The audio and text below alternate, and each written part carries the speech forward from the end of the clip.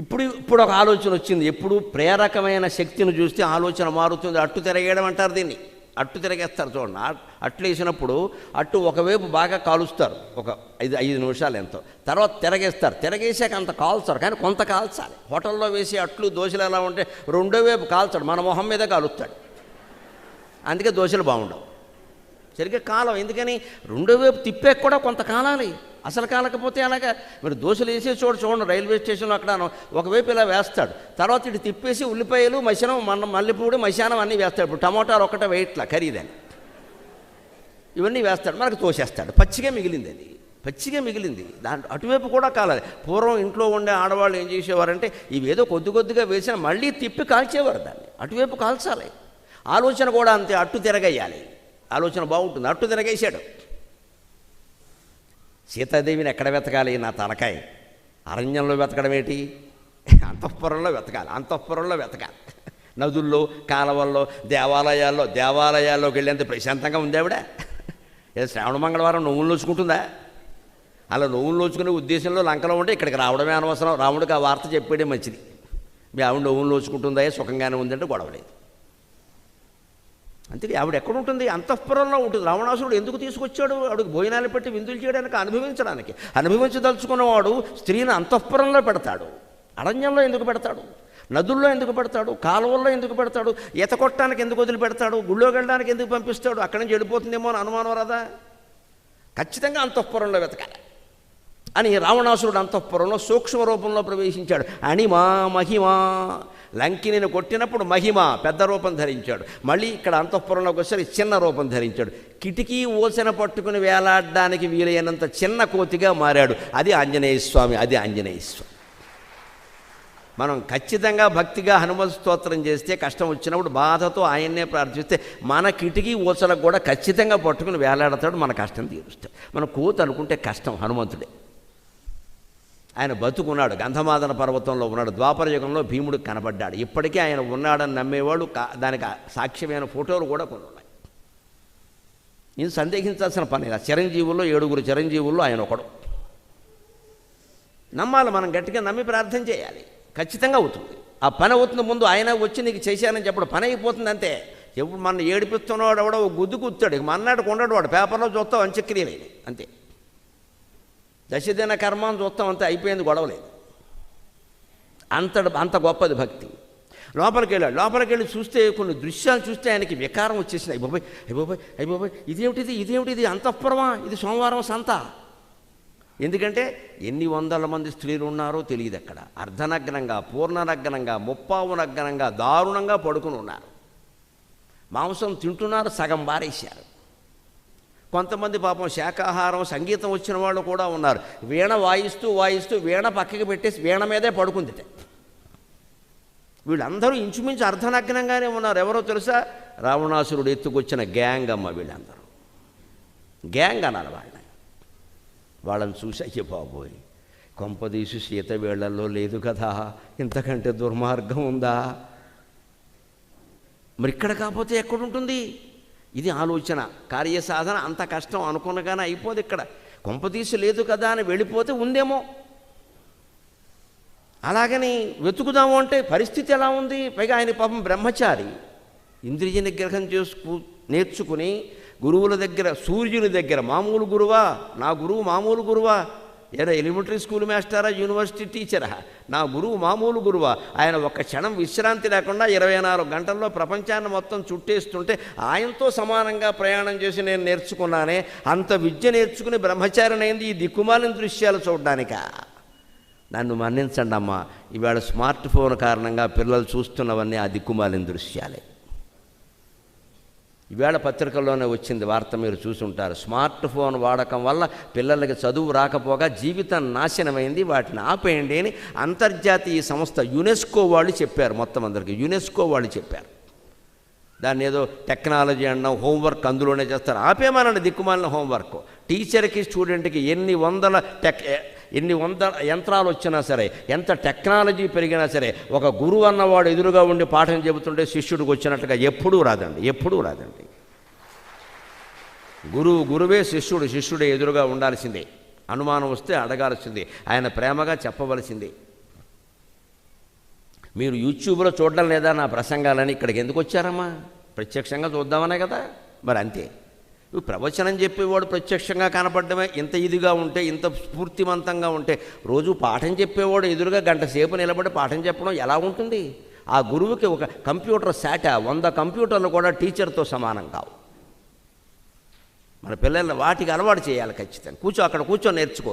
వినయం, విధేయత, నమస్కారం, రాగానే లేవడం, నమస్కారం ఇవన్నీ అలవాటు అవుతాయి. కంప్యూటర్కి ఎవడు నమస్కారం చేస్తాడు? హాయ్ అంటే హూ అంటాడు. ఇక్కడ గురువు కనపడగానే హాయ్ అంటే ఊరుకుంటారా? హాయ్ ఏమిటి? ఆయన బాయ్ ఫ్రెండా, గర్ల్ ఫ్రెండా?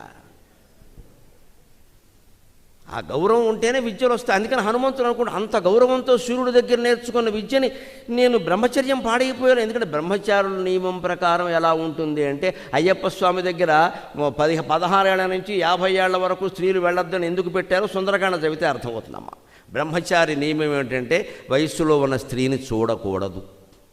పరస్త్రీ అనడానికి ఆయనకు అందరూ పరస్త్రీలే, పెళ్లి కాలేదుగా, అందరూ పరస్త్రీలే. చూడకూడదు. ఎందుకంటే మనస్సు చెదిరిపోయే అవకాశం ఉంది. అయ్యప్ప స్వామికి చెదిరిపోతుందో అనొద్దు, అది బ్రహ్మచారి అవతారం. ఆయన బ్రహ్మచర్యాన్ని మనం గౌరవించాలి. నాకు హక్కు లేదా అంటే 100 గుళ్ళు ఉన్నాయి, వెళ్ళవమ్మా, ఎవడొద్దన్నాడు. అక్కడికే వెళ్ళాలి. మూర్ఖత్వం అంటారు దాన్ని, అహంకారం అంటారు. ఇతర మతాల సంప్రదాయాల మీద మాట్లాడమన్నాడు, తోలు ఊడిపోతుందండి. హిందూ మతం లోకివైపోయిందండి అందరికీ. ఇక్కడ హిందూ మతం లోకివైపోయింది. మొత్తం అన్ని రకాల వామపక్ష భావాలు, పనికిమాలిన భావాలన్నీ హిందూ మతంలో చూపిస్తారని వాళ్ళ దగ్గర చూపించమనండి. వెళ్ళి నరికేస్తారు సాయంత్రానికి. మీ ఇష్టం వచ్చినట్టు చేస్తారు. ఇక్కడ హనుమంతుడు ఎందుకు? వాళ్ళకి ఇష్టదేవం చెదకొట్టేమని చెప్పడానికే. లేకపోతే ధర్మాలు నిలబడమండి. ఇక్కడ చట్టాలు అవుతాయండి. చట్టాలు ఎవరికి తెలియదండి. నిన్న కూడా ఒక తీర్పు వచ్చింది కదా, 2018లో ఎంపిక అయ్యాట. ఆ ఎంపిక ఇప్పుడు కుదరదని చెప్పాట. ఇప్పుడు మళ్ళీ ఎన్నికలు వచ్చాయి. ఇంకెందుకు తీర్పు? ఇంతవరకు ఆగుతాయండి. మన ధర్మాన్ని మనమే రక్షించుకోవాలి, మొహమాటమేలా. అది అందుకు మనకు సుందరకాండ, హనుమంతుడే ప్రేరణ. కనీసం మన నిరసన తెలియజేయవలసిందే. శాంతియుతంగానైనా ఒక 100 మంది ఇంటికి వెళ్ళి నిరసన తెలియజేయాల్సిందే. ఎందుకు మీరు హిందూ దేవతలకి వ్యతిరేకంగా మాట్లాడుతున్నారు, ఎందుకు ఇలాగా అని ఖచ్చితంగా. దాన్ని హనుమంతుడు చేశాడు. ఎందుకంటే బ్రహ్మచారికి కొన్ని నియమాలు ఉంటాయి. అయ్యప్ప స్వామి అదే నియమం. మీరు ఎలా పెడతారు? వెళ్ళొద్దని అనలేదే. 16 ఏళ్ళ రూపు వాళ్ళు రావచ్చు, 50 ఆడితే రావచ్చు, 60 అలా ప్రకారం చేద్దాం. కాదన్న చోటుకే మనం ఎందుకు వెళ్ళాలి? అదేం అహంకారం.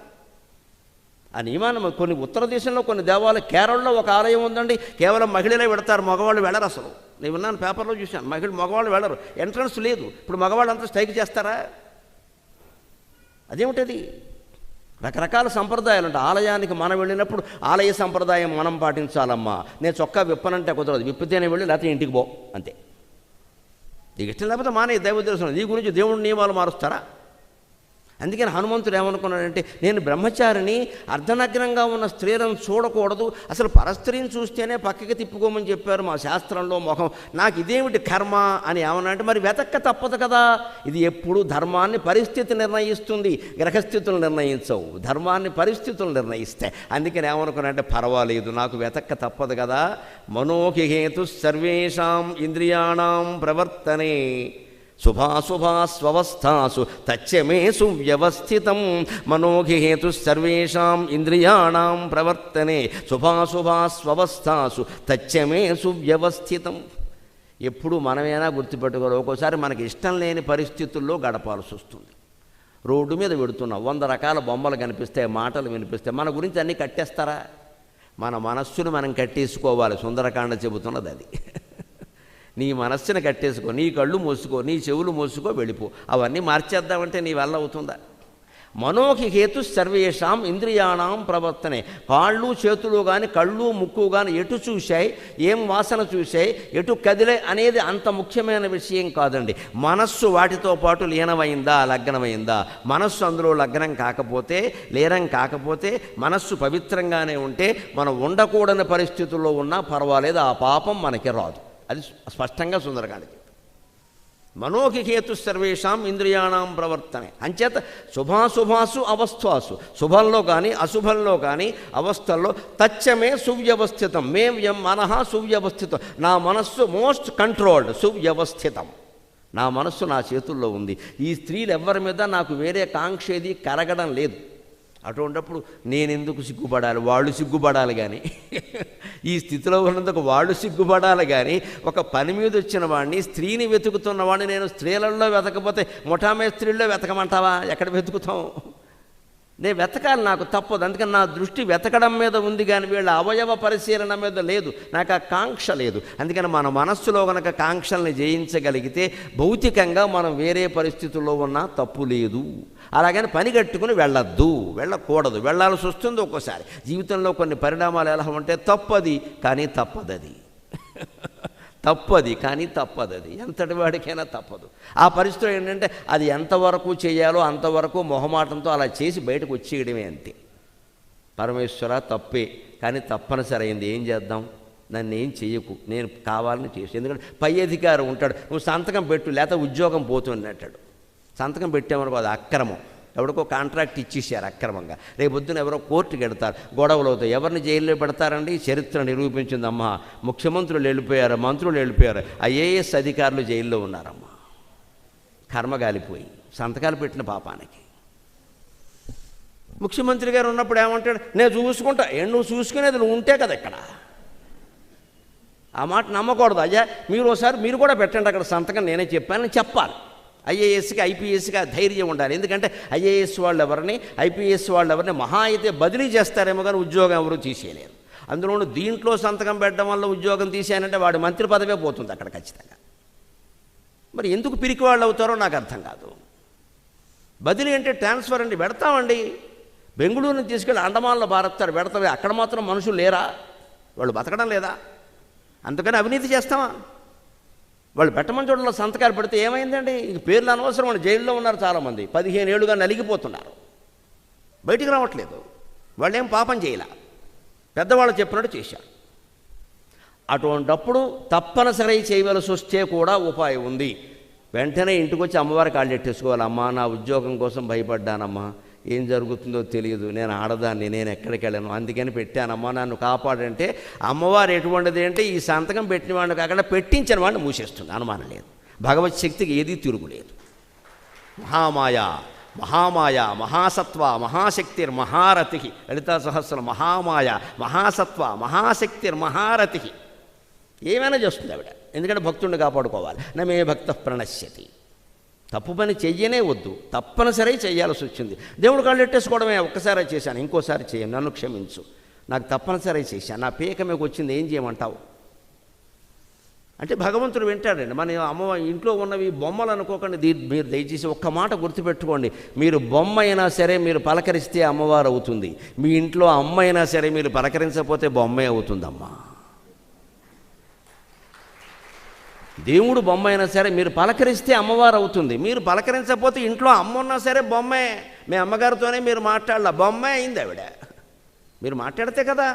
ఆవిడ గదిలో పెట్టారు, టీవీ పెట్టారు, అంతే. అక్కడ తల్లిదండ్రులను గదిలో పెట్టి వీళ్ళు తయారయ్యారు. ఇప్పుడు ఇక్కడ వాళ్ళు అక్కడ గదిలోకి వెళ్ళరు అసలు.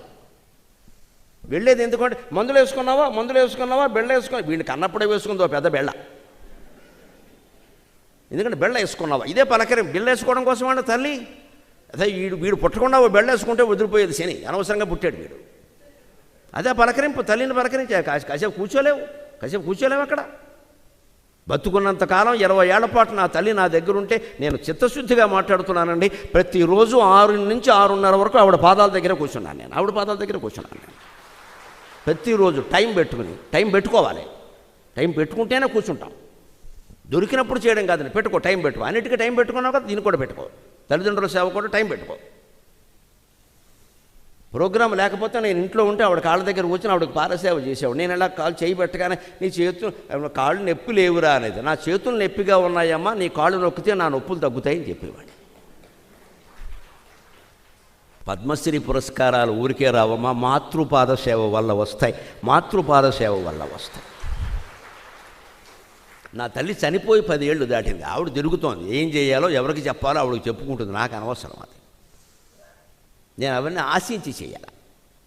యువతరం దృష్టిలో పెట్టుకోండి తల్లిదండ్రులను ఎలా చూడాలో. వాళ్ళ దగ్గర కూర్చోవాలి, మాట్లాడాలి, పాదసేవ చేయాలి, ఏం కావాలని అడగాలి, దగ్గరుండి తినిపించాలి. అవసరం. అది ఎంత పుణ్యం. రేపొద్దున మన పిల్లలు మనకు అలాగే చేస్తారు. ప్రతిఫలం అంటే అది. వదిలేస్తున్నారు, లేకపోతే వృద్ధాశ్రమాల్లో పారేస్తున్నారు పట్టుకెళ్ళి. ఎక్కడైనా సరే మనస్సే లగ్నం. అందుకని చెబుతున్నాడు ఇక్కడ, మనోహిహేతు సర్వేషాం ఇంద్రియాణం ప్రవర్తనే. మనస్సే మూలం కదా, నాకు వీళ్ళెవరి మీద వేరే భావం లేదు కదా, ఇక్కడ వెతకపోతే ఎక్కడ వెతుకుతాం? అందుకని నేను బాగానే ఉన్నా అంటే ఇవాళ తప్పు చేస్తున్నామేమో అనిపించినప్పుడు మన మనస్సుకు మనం సమాధానం చెప్పుకోవాల్సిన విధానం ఇది. కాబట్టి ఆయనకి ఫలితం దొరికింది. ఇంకాస్త అంతఃపురంలోకి వెళ్ళాడు. రావణాసురుడు అంతఃపురంలోకి వెళ్ళాడు. వాడు దాని మీద పడుకొని ఉన్నాడు. వాల్మీకి వర్ణిస్తాడు. ఎలా పడుకున్నాడో తెలుసా? పెద్ద మినువుల రాసి, ఒక 100 కేజీలు మినువులు, మినపప్పు కాదండి, పొట్టు ఒలవని మినువులు, వాటికి నూనె బాగా రాసి ఎండలో ఆరబోస్తే ఎలా ఉంటాడో మంచం మీద రావణాసురుడు అలా ఉన్నట్ట. మినువుల రాశి. మీ దగ్గర ఏదో హింగణ బేళే, ఉద్యాన బేళే అంటారు. ఏం బేళేనో మీరు తెలుసుకోండి. మినపప్పు కాదు, మినువులే. నల్లగా నూనె రాసి ఆరబెట్టేవారు పూర్వం. ఆ రాశి, మినువుల రాశి కనుక డాబా మీద ఆరపోస్తే చాప వేసి అవి ఎలా ఉంటాయో రావణాసురుడు అలా ఉన్నట్టు నల్లగా ఉన్నాడు, కానీ మెరిసిపోతున్నాడు. ఆ పక్కనే ఒక స్త్రీ కనపడింది. అంతే, ఈయనకు ఆశ్చర్యం, ఎందుకంటే ఆవిడ తెల్లగా ఉంది, బంగారపు రంగులో మెరిసిపోతుంది. తెలుపు బంగారం కలిపిన రంగులో, మెజెంటా అంటారు, ఆ రకమైన రంగులో మెరిసిపోతుంది ఆవిడ. ఆశ్చర్యపోతున్నాడు. గౌరీం కనకవర్ణాభాం ఇష్టాం అంతఃపురేశ్వరీం, గౌరీం కనకవర్ణాభాం ఇష్టాం అంతఃపురేశ్వరీం, కపిర్మండోదరీం తత్ర శయానాం చారురూపిణీం. మన కావ్యాల్లో, పురాణాల్లో రాక్షస స్త్రీలకు కూడా మానవ స్త్రీలతో, దేవతా స్త్రీలతో సమానంగా స్థానం ఇచ్చి గౌరవించారండి. వాల్మీకి మండోదరుని ఎలా ప్రశంసిస్తున్నాడో చూడండి. గౌరీదేవిలో ఉందిట. హనుమంతుడు పొరపాటు పడ్డాడు, వాల్మీకి పడలేదు కదా, ఆయనకి తెలుసు కదా. కానీ వాల్మీకి ఎలా వర్ణిస్తున్నాడు అంటే గౌరీదేవిలో ఉందండి. కనకవర్ణాభాం, బంగారపు రంగులో మెరిసిపోతుంది. గౌరీ అంటేనే తెలుపు, కాళీ అంటే నలుపు. అమ్మవారు నలుపులోనూ ఉంటుంది, తెల్లగాను ఉంటుంది. కాళీ ఆవిడ ఎప్పుడు ఒకసారి పెళ్లి చేసుకున్నాక మన మధ్య గొడవలాగే వాళ్ళ మధ్య ఉంటాయి, తప్పదు. అందుకని అమ్మవారిని ఒకసారి ఆక్షేపించాడు. శివుడు తెల్లగా ఉంటాడు, అమ్మవారు నల్లగా ఉంటుంది. కాళీ నేను కాబట్టి చేసుకున్నాను, లేకపోతే నేను ఎవడు చేసుకుంటాడు అన్నట్టు. ఆయనకి సరదా పుట్టింది, మరి ఏ సరదా లేకపోతే దాంపత్యం అంటే ఆవిడ నన్ను నలుపంటావా, నేను తెల్లగా మారాక నీ దగ్గరికి వస్తా అని వెళ్ళిపోయింది. అని వెళ్ళిపోయి అమ్మవారు 10 ఏళ్ళు తపస్సు చేసింది. 10 ఏళ్ళు రంగు మారడానికే. బ్యూటీ క్లినిక్లు లేవు, మరి ఏం చేద్దాం. 10 ఏళ్ళు తపస్సు చేసింది, తెల్లగా మారింది. అప్పుడు గౌరీ అయింది ఆవిడ. అది గౌరీ. అప్పుడు ఆ తపస్సు చేస్తుంటే ఒక పెద్ద పులి ఎక్కడి నుంచి వచ్చిందో తెలియదు, దానికే జన్మాంతర సుకృతం. అమ్మవారు తపస్సు చేస్తుంటే మింగేయడం మానేసి అలా ఎదురుగా టీవీ కెమెరా ఉన్నట్టుగా అలా కూర్చుంది, కదలకుండా.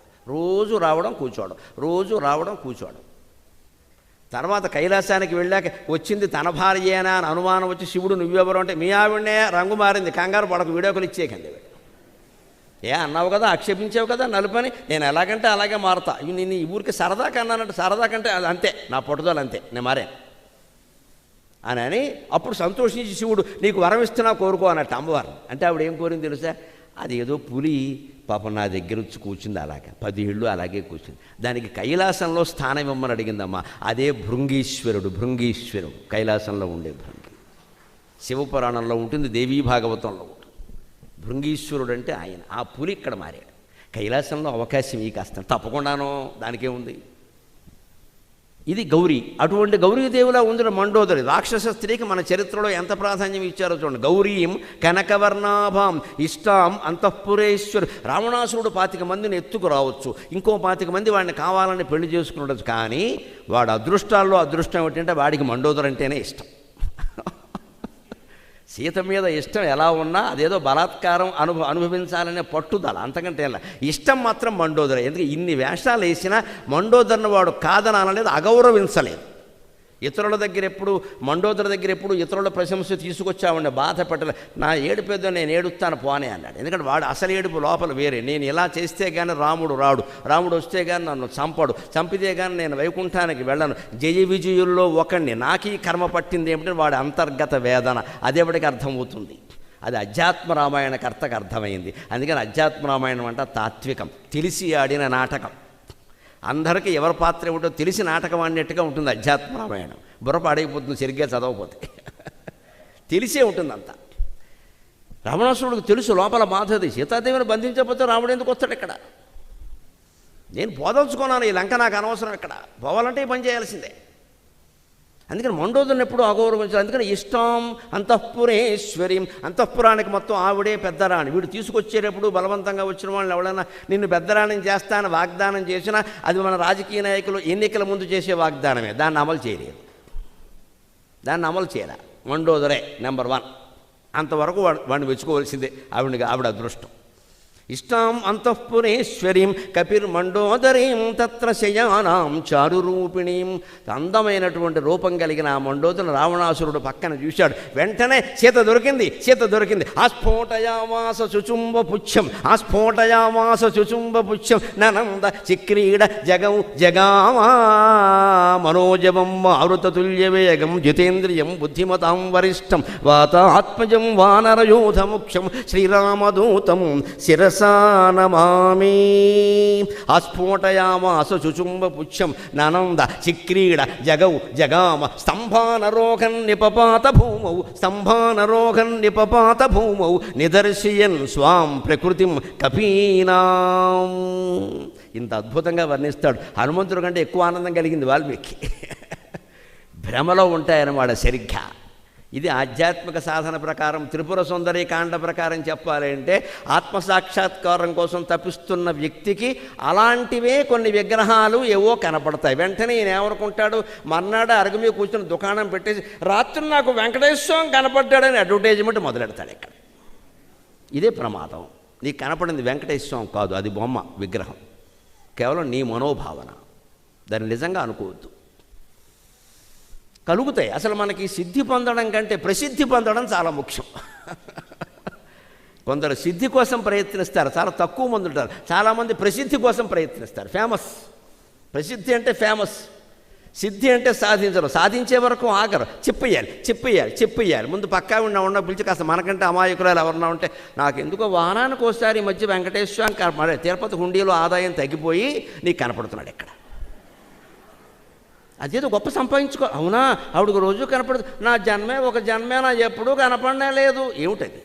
ఏమిటి అజ్ఞానం? ఏమిటి ఆ అజ్ఞానం? ఏమిటి? ఇదే మనం పబ్లిసిటీ ప్రచారం చేస్తామమ్మా. భ్రమ అంటే అదే. ఆత్మసాక్షాత్కారం కోసం ప్రయత్నం చేస్తుంటే మధ్యలో అణిమ మహిమ గరిమ లహిమ లాంటి సిద్ధులు వస్తాయి, ఏవేవో కనపడతాయి. అవన్నీ నిజమని అనుకోకూడదు. అందుకే సీత కోసం వెతుకుతుంటే మండోదరి కనపడింది. ఇంచుమించు సీత, అంతేగాని సీత కాదు. ఏదో వెనక ప్రకటన ఉండే చూడండి, ఇంచుమించు ఫిల్టర్ కాఫీకి సరిసాటే కానీ ఫిల్టర్ కాఫీ కాదు. అంటే ఇంచుమించు తప్పేం లేదు. మండోదరి మహాసాధ్వి. అహల్య ద్రౌపది సీత తారా మండోదరి తథా పంచకన్యా స్మరే నిత్యం మహాపాతకనాశనం. ఈ 5 స్త్రీలని పొద్దున్న లేవగానే స్మరించుకుంటే పాపాలు పోతాయన్నారు. మండోదరికి అంత స్థానం ఇచ్చారు. రాక్షస స్త్రీ అయితే ఆవిడ పాతివృత్యం ఆవిడకుంది, ఆవిడ శీలం ఆవిడకుంది, ఆవిడ గొప్పతనం ఆవిడకుంది. అంచేత భారతదేశంలో పురాణాల్లో ఎప్పుడు గుణాన్ని చూశారు తప్ప కులాన్ని చూడలేదు. గుణాన్నే చూశారు. అందుకని ఈయన మండోదరిని చూసి సీత అనుకున్నాడు. అనుకుని ఏం చేశాడు, ఆస్ఫోటయామాస, వెంటనే తోకని నేలకేసి టప్ అని కొట్టాడు. కోత అంతే చేస్తుంది కదండి. చుచుంబ తోక అని ముద్దెట్టుకున్నాడు. మరి కోత అంతే చేస్తుందిగా. మన యువతరానికి ఏమైనా సంతోషమైతే అంటాడు, ఉంగరాన్ని ముద్దెట్టుకుంటాడు. వీడు దేవుడి గుళ్ళోకి వెళ్ళినప్పుడు కూడా కొంతమంది యువకులను చూశాను నేను, ఉంగరాన్ని ముద్దెట్టుకుంటాడు. అదేమిటో నాకు తెలియదు. ఎవడి చేష్టలు వాడివి, కోతి చేష్టలు కోతివి. అందుకని ఈయన ఆస్ఫోటయామాసి తోకపెట్టి నేల టప్ మన కొట్టేట. లంక అదిరిపోయింది. ఆ దెబ్బకి సాధించాం యా అనుకున్నాడు ఆయన. చుచుంబ ముద్దెట్టుకున్నట్ట, చుచుంబ పుచ్చం తోక ముద్దెట్టుకున్నట్ట పైకి లేపి. నానంద బ్రహ్మానందాన్ని పొందేట. చిక్రీడ గంతులేసేట అటు ఇటు. జగౌ జగామ బయటికి వెళ్ళాట, లోపలికి వచ్చాట. బయటికి అంటే ఎవరికో చెప్పేయాలి అనిపిస్తుంది కదా. నేను చూసా ఎక్కడ ఎవడున్నాడు, అంగదుడు లేడు, అవడు లేడు, వాలి సుగ్రీవుడు లేడు, ఎవరు లేడు అక్కడ. ఎవరో చెప్తారు కానీ ఏదో అనిపిస్తుంది. మనం ఏదైనా సాధించగానే చెప్పేయాలని అనిపిస్తుంది కదా. ముందు ఫోన్ తీస్తాం, మనం అర్జెంటుగా చెప్పేద్దామని. అందుకని ననంద చక్రీడ జగము జగామ బయటికి వెళ్ళాట, లోపలికి వచ్చాట. స్తంభానరోహన్ నిపపాత భూము, కోతి చేస్తే ఇంకోలా ఉంటుంది. ఇలాంటి స్తంభాలు అంటే పైకెక్కుతున్నా కిందికి దిగుతుంది, స్తంభానరోహన్ పైకెక్కాడు. నిపపాత భూము మళ్ళీ నేల మీద కిందకి తీసుకుంటూ రాలేదు, దూకేశాడు. ఆనందం, కాళ్ళు విరిగిపోయినా సరే. నిదర్శయన్ స్వాం ప్రకృతిం కపీనాం, అక్కడ తేల్చేసాడు వాల్మీకి. మొత్తం మీద కోతి బుద్ధి చూపించుకున్నాడండి అన్నాడు.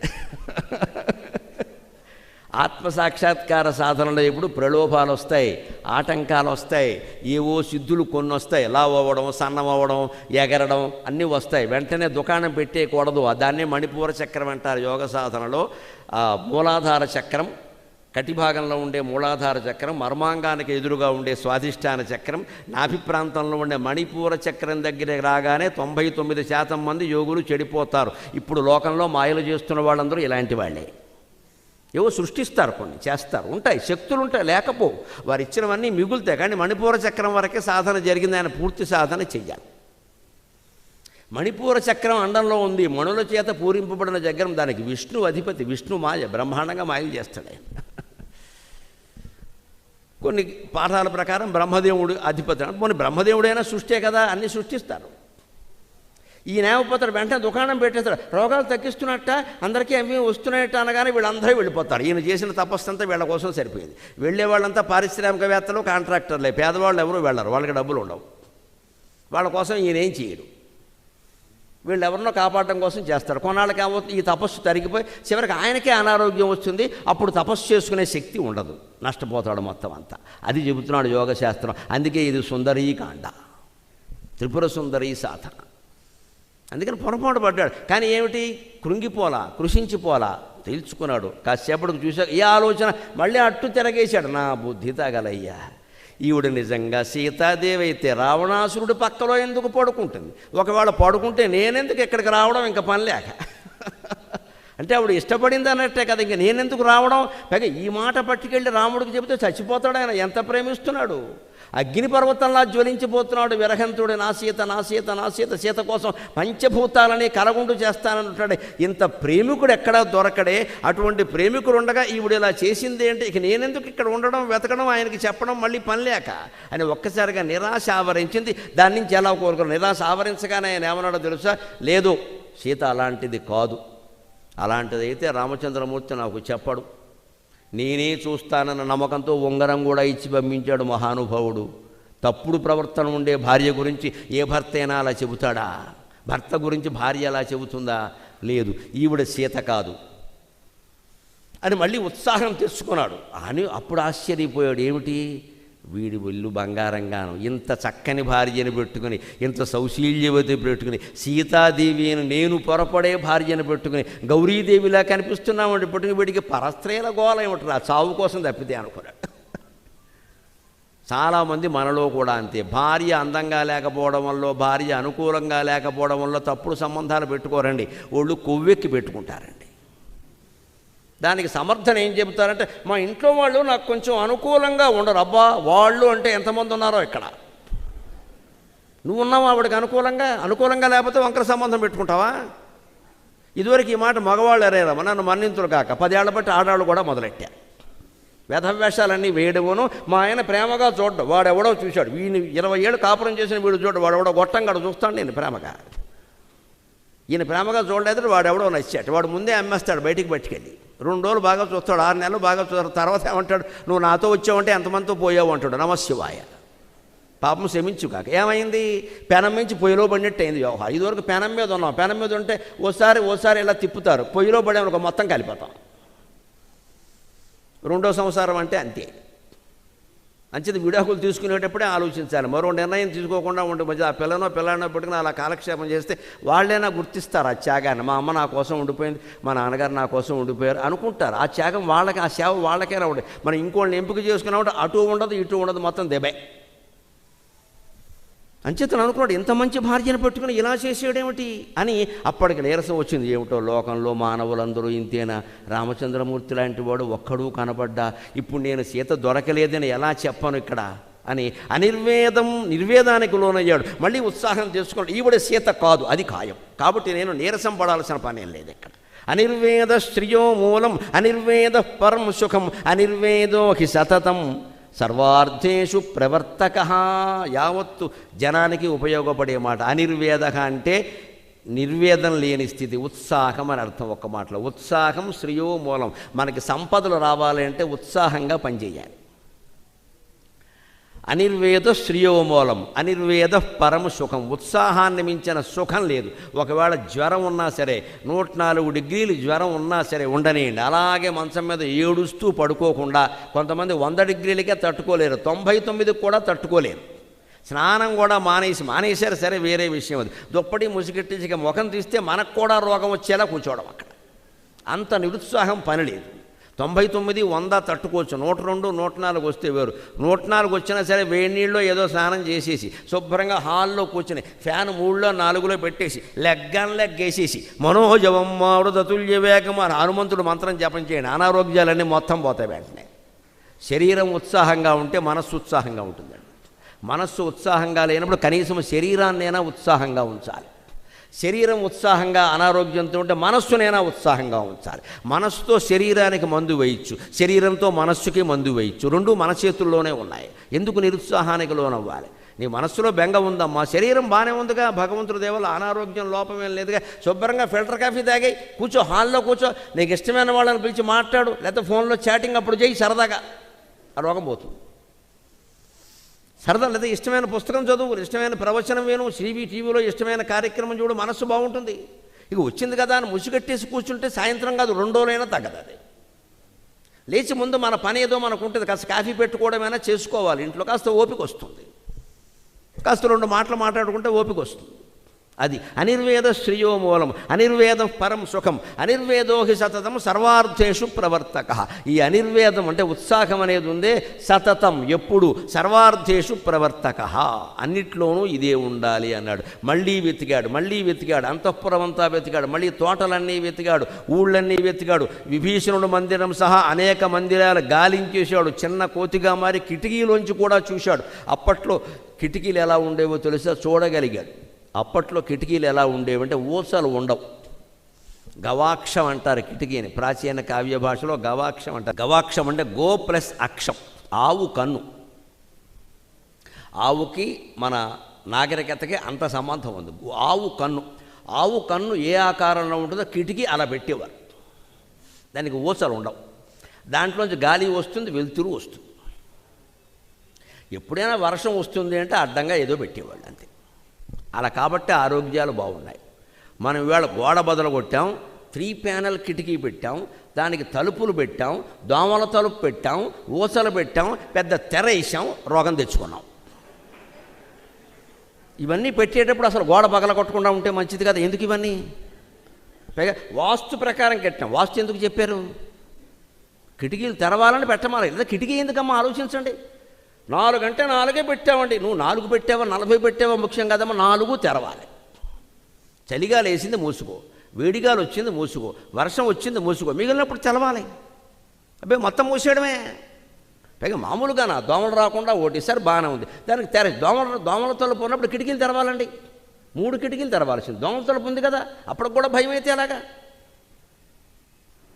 అబ్బాయి ఏదో వచ్చేస్తుంది మొత్తం మూసేస్తే అనారోగ్యాలు వచ్చాయి అక్కడ, గాలి వెలుతురు లేక. 3వ అంతస్తులో, 4వ అంతస్తులో, 5వ అంతస్తులో ఉంటారు, అన్ని కిటికీలు మూసేస్తారు. పెద్ద శని అంటే ఇది ఏలినాడు శని. 5వ అంతస్తులో నువ్వు ఎందుకున్నావు ఇక్కడ? కిటికీలు తెరుచుకోవాలి, బ్రహ్మాండమైన గాలి వస్తుంది, స్వచ్ఛమైన గాలి వస్తుంది. అన్ని కిటికీలు తెరు, దోమల తలుపు ఉంది కదా పెట్టుకో.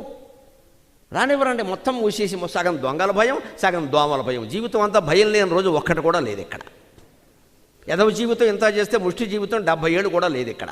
ఇందులో సగం నిద్రకు పోయింది, సగం కాలకృత్యాలకు పోయింది, మిగిలిన సగం తిండికి పోయింది. బతికేదంతా ఎదవ భయపడుతూ బతకడం. అక్కడ రేపు పొద్దున పోవడానికి సిద్ధంగా ఉంటే అయిపోయాయి, ఏ వచ్చినా పర్లేదు, పోతాం. ఏమైంది? ఉన్నప్పుడు కూడా సుఖపడరా? గాలి వెలుతురు రాకుండా ఇంట్లో ఎలా ఉంటారంటే కిటికీలు ఎందుకున్నా? అప్పుడు హనుమంతుడు ఎందుకు వెళ్ళగలిగాడు? విభీషణుడు ఇంటికి కూడా వెళ్ళాడు, అక్కడికి వెళ్ళాడు, ఎక్కడికి వెళ్ళాడు? కిటికీలోంచి చూడాడు. ఎందుకు చూశాడు? ఏసీలు తలుపులు ఉంటే చూసేవాడు కాదు. ఆ సందులో దూరాడు, చూశాడు. అన్ని చోట్ల చూశాడు, స్త్రీలు ఎక్కడ ఉంటారో అన్ని చోట్ల చూశాడు. తెల్లారేలాగే దొరికి తీరాలనుకున్నాడు, ఎందుకు చూశాడు ఆయన. ఇన్ని చూశాక దొరక్కపోయేసరికి ఇక నిర్ణయానికి వచ్చేసాడు. అయిపోయింది, ఇంకా కుదరదు. ఇప్పుడు నేను ఇంటికి వెళ్ళి రాముడికి సీత లేదు అని చెప్పాలి. చెబితే ఆయన బతకడు. ఆయన బతకపోతే లక్ష్మణుడు బతకడు. వీళ్ళిద్దరికీ ఇచ్చిన మాట నెరవేర్చలేకపోవడం వల్ల సుగ్రీవుడు కూడా బతకడు. సుగ్రీవుడు లేకపోతే తార, అంగదుడు ఎవరూ బతకరు. ఇంతమంది చనిపోయే వార్త నేను అక్కడికి పట్టుకెళ్ళి చెప్పాలా?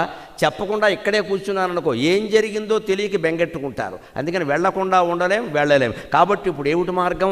ఆత్మహత్య ఒక్కటే మార్గం అని నిర్ణయించుకున్నాడమ్మా హనుమంతుడు అంతటి వాడు. నిరాశ అందరినీ కమ్మేస్తుంది. దీనికి పూర్వజన్మ కథలు చెప్పి సరిపెట్టుకోక్కల్లా. హనుమంతుడు నిర్ణయించుకున్నాడు. వాల్మీకి రామాయణంలో స్పష్టంగా ఉంది. ఎవరైనా నిర్ణయించుకుంటారు అలాగా.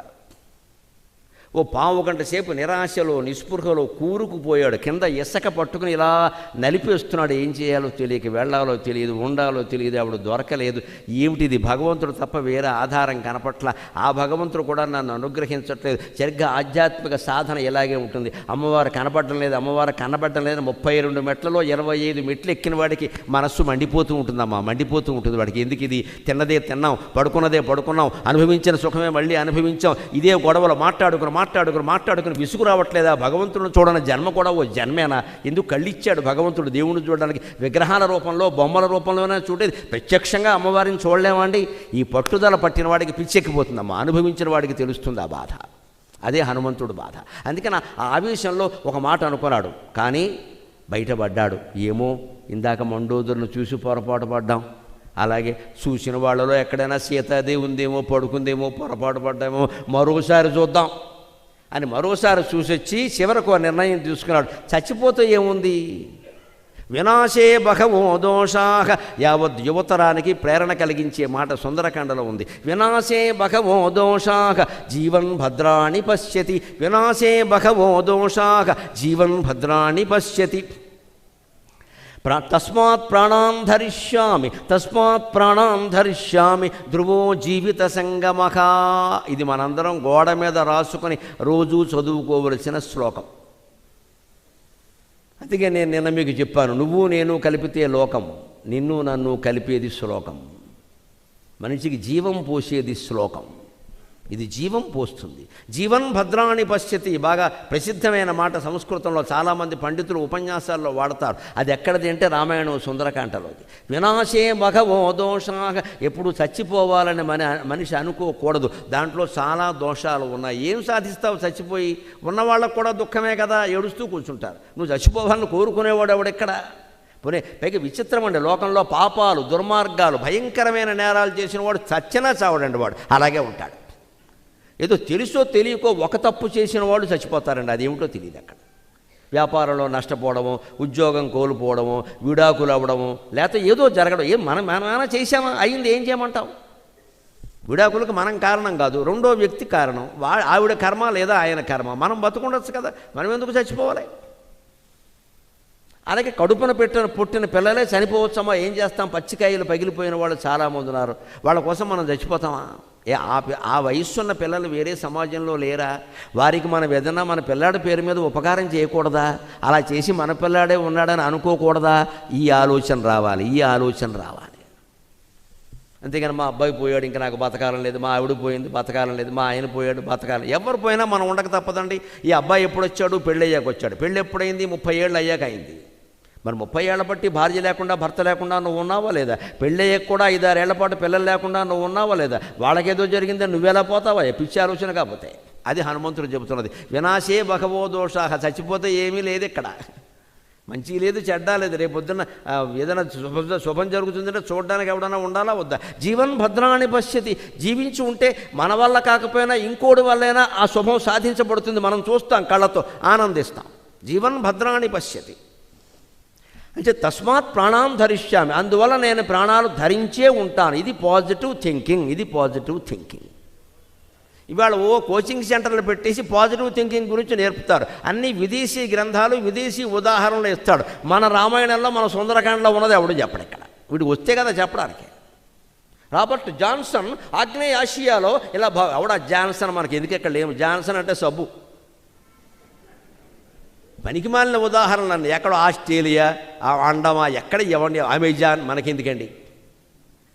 ఆ విదేశీ పుస్తకాలు చదవడం, అవే చెప్పడం.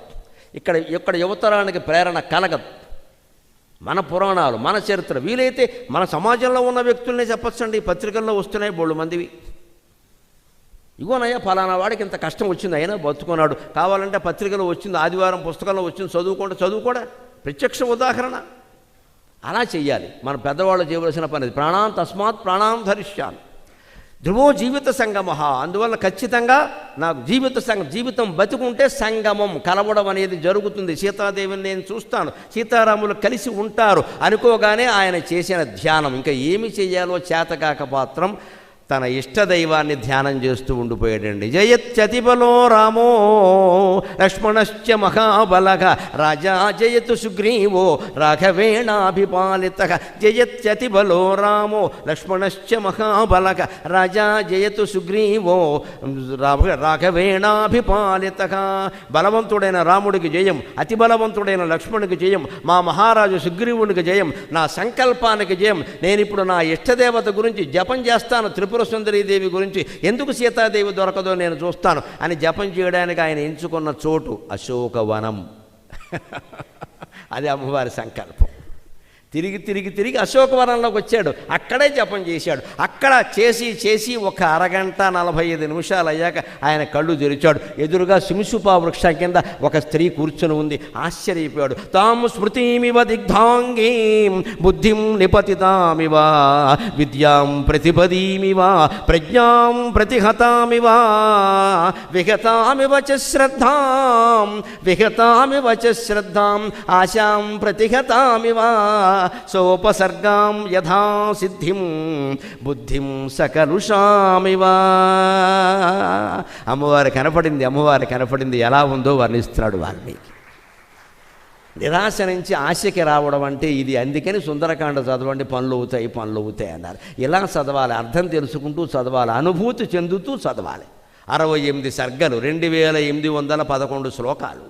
ఊరికే మూకమ్మడి పారాయణ చేసుకుంటూ పోకూడదు. ఎక్కడ మేము 100 మంది చదివాం, 1000 మంది చదివాం, 1,00,000 మంది చదివినా హనుమంతుడు ఉండడు. అక్కడ పబ్లిసిటీ ఉంటుంది, పేపర్లో వస్తుంది.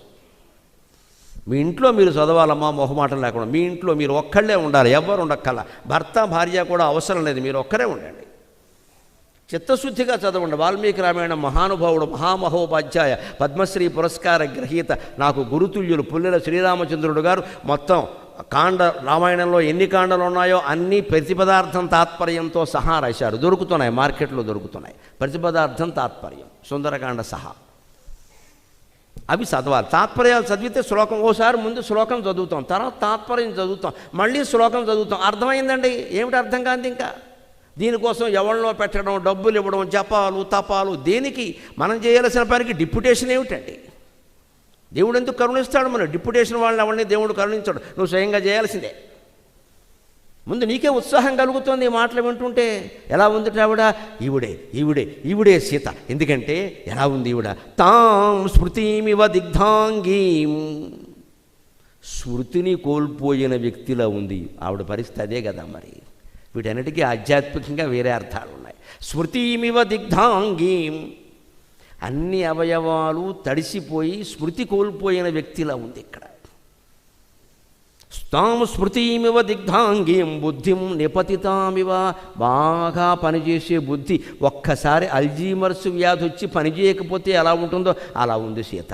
అలా చూస్తోంది. ఏమిటో నా బతుకు బాగుపడుతుందా? ఈ రావణాసురుడు చస్తాడా? మా ఆయన వస్తాడా? అయోమయంగా కనపడిన వాడిని కూడా చివరికి తన తల్లి తండ్రి కనపడినా కూడా గుర్తుపట్టలేని స్థితిలో ఉంది. బుద్ధిం నిపతితామివ. బుద్ధి పూర్తిగా కూలిపోతే ఎలా ఉంటుందో అలా ఉంది. ఇంత స్థితిలో లంకలో ఎవరుంటారు? రావణాసురుణ్ణి వ్యతిరేకించేవాళ్ళు తప్ప. అనుకూలంగా ఉండే స్త్రీ అయితే ఎగిరి గంతులేదా? అందుకని ఇక్కడ ఉంటుంది సీత. అనుమానం ఎలా ఈవిడే అయ్యి ఉంటుంది. అయినా వెళ్ళిపోయి సీత అనలేదు ఎక్కడ. అదే పొరపాటు. గంతులేయకూడదు. తేల్చుకోవాలి. అవకాశం వచ్చింది కాబట్టి లలితా పరాశక్తితో పోల్చి, ఆధ్యాత్మిక సాధనతో పోల్చి వాల్మీకి వర్ణిస్తున్నాడు ఇక్కడ. తాం స్మృతిమివ దిగ్ధాంగీం బుద్ధిం నిపతితామివ విద్యాం ప్రతిపదీమివ. పాఠ్యమి నాడు మొదలుపెట్టిన విద్యలా ఉంది. మన సంప్రదాయం ప్రకారం పాఠ్యమి నాడు విద్యాభ్యాసం మొదలుపెట్టకూడదు. శుక్లపాఠ్యమి కృష్ణపాఠ్యమి రెండూ పనికిరావు. వేదం తెలిసిన వాళ్ళు ఎవరు వేద విద్యను పాఠ్యమి నాడు మొదలుపెట్టి చెప్పరు. ఎందుకంటే ఒక్కొక్క తిథికి ఒక్కొక్క అధిదేవత ఉన్నాడు. పాఠ్యమికి అధిదేవత అగ్ని. అగ్ని తిథి నాడు వేదాభ్యాసం మొదలు పెడితే అయిపోతాడు, ఉండడు ఎక్కడ. అది అగ్ని తిథి. అందుకని వేద పండితులు జ్యోతిష్శాస్త్రవేత్తలు తెలిసిన వాళ్ళు పాఠ్యమి నాడు ఎప్పుడు బళ్ళో చేర్పించమని చెప్పరు. ఆ తిథి చూసుకోవాలి. సంప్రదాయాలు ఊరికే పుట్ట. ఒక్కొక్క తిథికి ఒక్కొక్క అధిదేవత ఉన్నాడు. అలాగే విధియ తిథికి ఇందాక చెప్పాను, అశ్విని దేవతలు అధిపతులు. చతుర్దశి తిథికి శివుడు అధిపతి సాక్షాత్తు. మాస చతుర్దశి, మాస శివరాత్రి వస్తుంది. అలాగే ఒక్కొక్క తిథికి ఒక్కొక్కరు అధిపతి. అందుకని మీరు ముహూర్తాలు పెట్టమని వెళ్ళినప్పుడు వాళ్ళేం వెర్రివాళ్ళు కాదు, పనిని బట్టి ముహూర్తం పెడతారు అక్కడ. పనిని బట్టి నవమి ఉంది, ప్రయాణానికి పనికిరాదు, పెళ్ళికి పనికొస్తుంది. పెళ్లి చూపులకు పనికొస్తుంది, తాంబూలాలకు పనికొస్తుంది. ప్రయాణానికి పనికిరాదు. నవం ప్రయాణానికే పనికిరాదు. ఎందుకంటే ఆ తిథికి అధిదేవత దాని లెక్కను బట్టి ఉంటాయి. కుజుడు అధిదేవతగా ఉన్నాడు అంటే ప్రయాణం చేస్తే ప్రమాదాలు ఎక్కువ అవుతాయి. కుజుడు అంటే అంగారకుడు. మీకు ఇంకో ఆశ్చర్యకరమైన విషయం పత్రికల్లో కూడా వచ్చినమాట. దేశంలో జరిగే రోడ్డు ప్రమాదాల్లో ఎక్కువ భాగం మంగళవారం జరుగుతాయి. మంగళవారం నాడు కుజుడు అధిపతి. మంగళం అంటే కుజుడే. అంచేది మంగళవారం నాడు తప్పనిసరి పని ఉంటేనే బండేసికి వెళ్ళాలి, లేకపోతే వెళ్ళకపోవడం మంచిది. మంగళవారం వెళ్ళొద్దని కూడా చెబుతూ ఉంటారు. ఈ నమ్మకాలు పిచ్చి నమ్మకాలు కాదండి, అన్నీ అలా కొట్టిపారేయకూడదు. అక్కడ మంగళవారానికి కుజుడు అధిపతి. ఆయన ప్రభావం భూమండలం మీద ఎక్కువ ఉంటుంది. వీడు లెఫ్ట్ తిప్పేది రైట్ తిప్పేస్తాడు బండి, అంతే. ఎవడో గుద్దేస్తాడు. ఎందుకు వెళ్ళాలి పనిగట్టుకుని? తప్పనిసరి అయితే వీడు ఆఫీస్కి వెళ్ళడం మానేయమని కాదు. అక్కడ జాగ్రత్తగా వెళ్ళు. ముందు ఉందంటే జాగ్రత్తగా పెడతాం కదా, మానేయమని చెప్పట్లేదండి. మన శాస్త్రం అలా చెప్పదు. నువ్వు ప్రయాణం మానుకోగల, అలాగని దూసుకు వెళ్ళిపోగల. ఇందాక పుట్టమట్టే, నీకు పుట్టమట్టు కావాలి. పావు ఉన్నప్పుడు వెళ్ళడం దుస్సాహసం.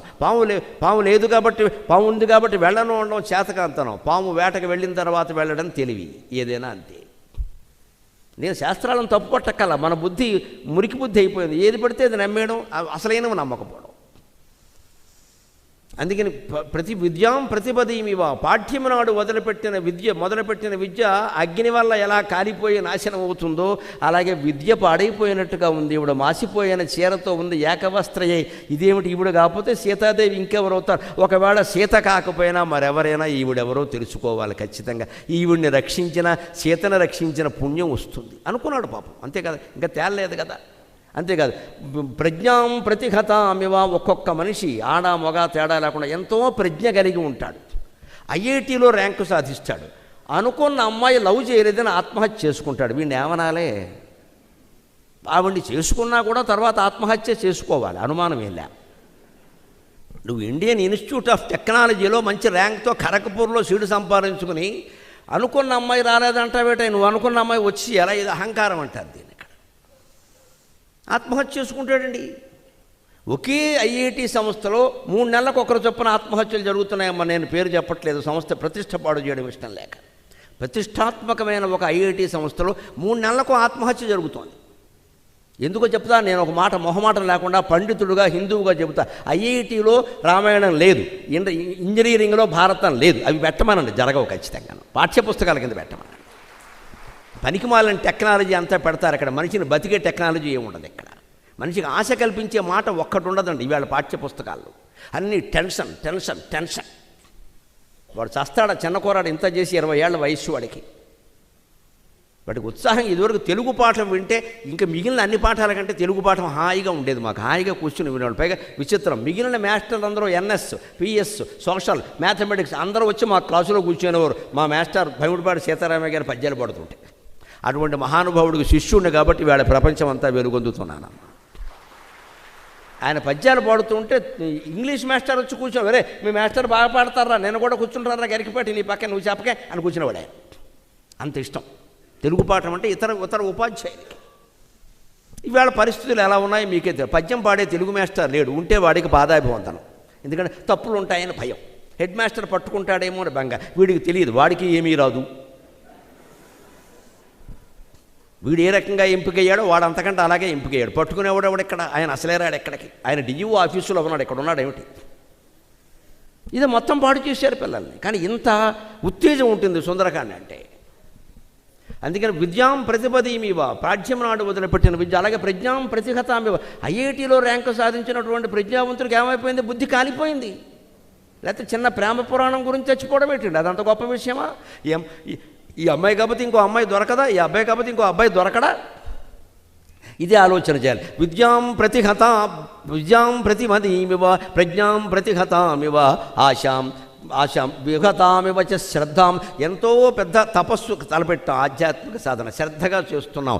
ఎవరో మధ్యలో వచ్చి ఇవన్నీ ఊరికే పుట్ట కథలో కట్టు కథలో పురాణాల్లో ఉంటాయి, వాళ్ళు ఎవరికో దేవుడు ప్రత్యక్షం ఏంటంటే నువ్వు చేసేస్తావు, ఎక్కడ ఏం అవడో అదేం లేదు, అవే కట్టు కథలు అవన్నీ రాసుకున్నారు కూర్చుని అని అంటాడు ఇక్కడ.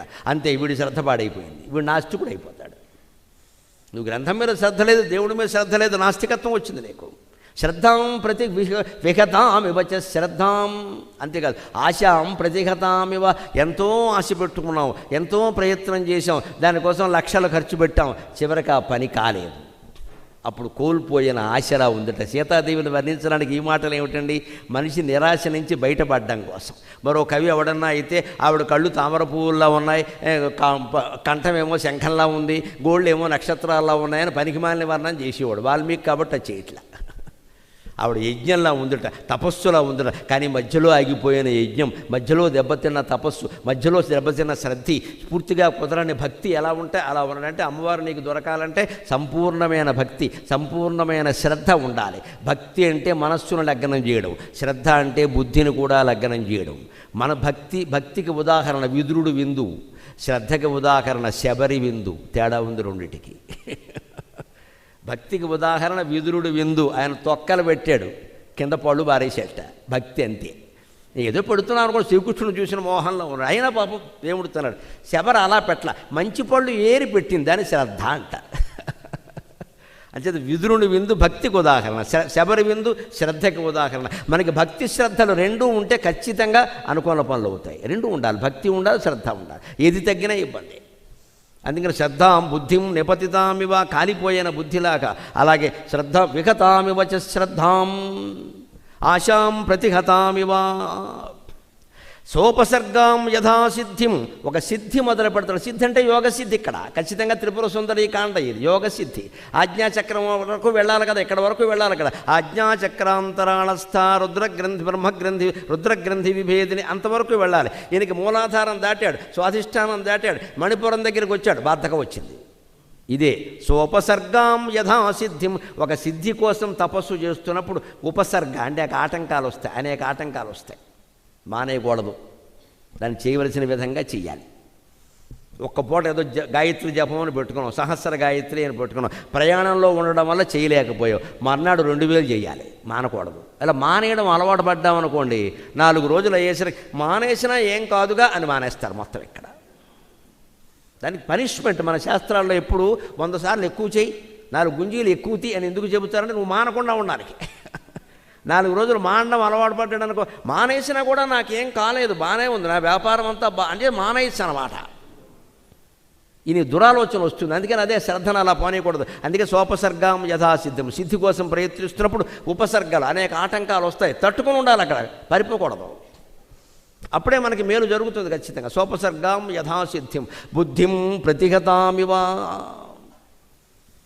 అలాగే సిద్ధి తర్వాత బుద్ధి. అందుకే గణపతికి భార్యలు సిద్ధి బుద్ధి. సిద్ధి కోసం ప్రయత్నిస్తావు, బుద్ధి ఉపయోగించు. మధ్యలో విఘ్నాలు వస్తాయి, భయపడకు, విఘ్నేశ్వరుడు ఉన్నాడు. అది మన సంస్కృతి, అది మన సంస్కృతి.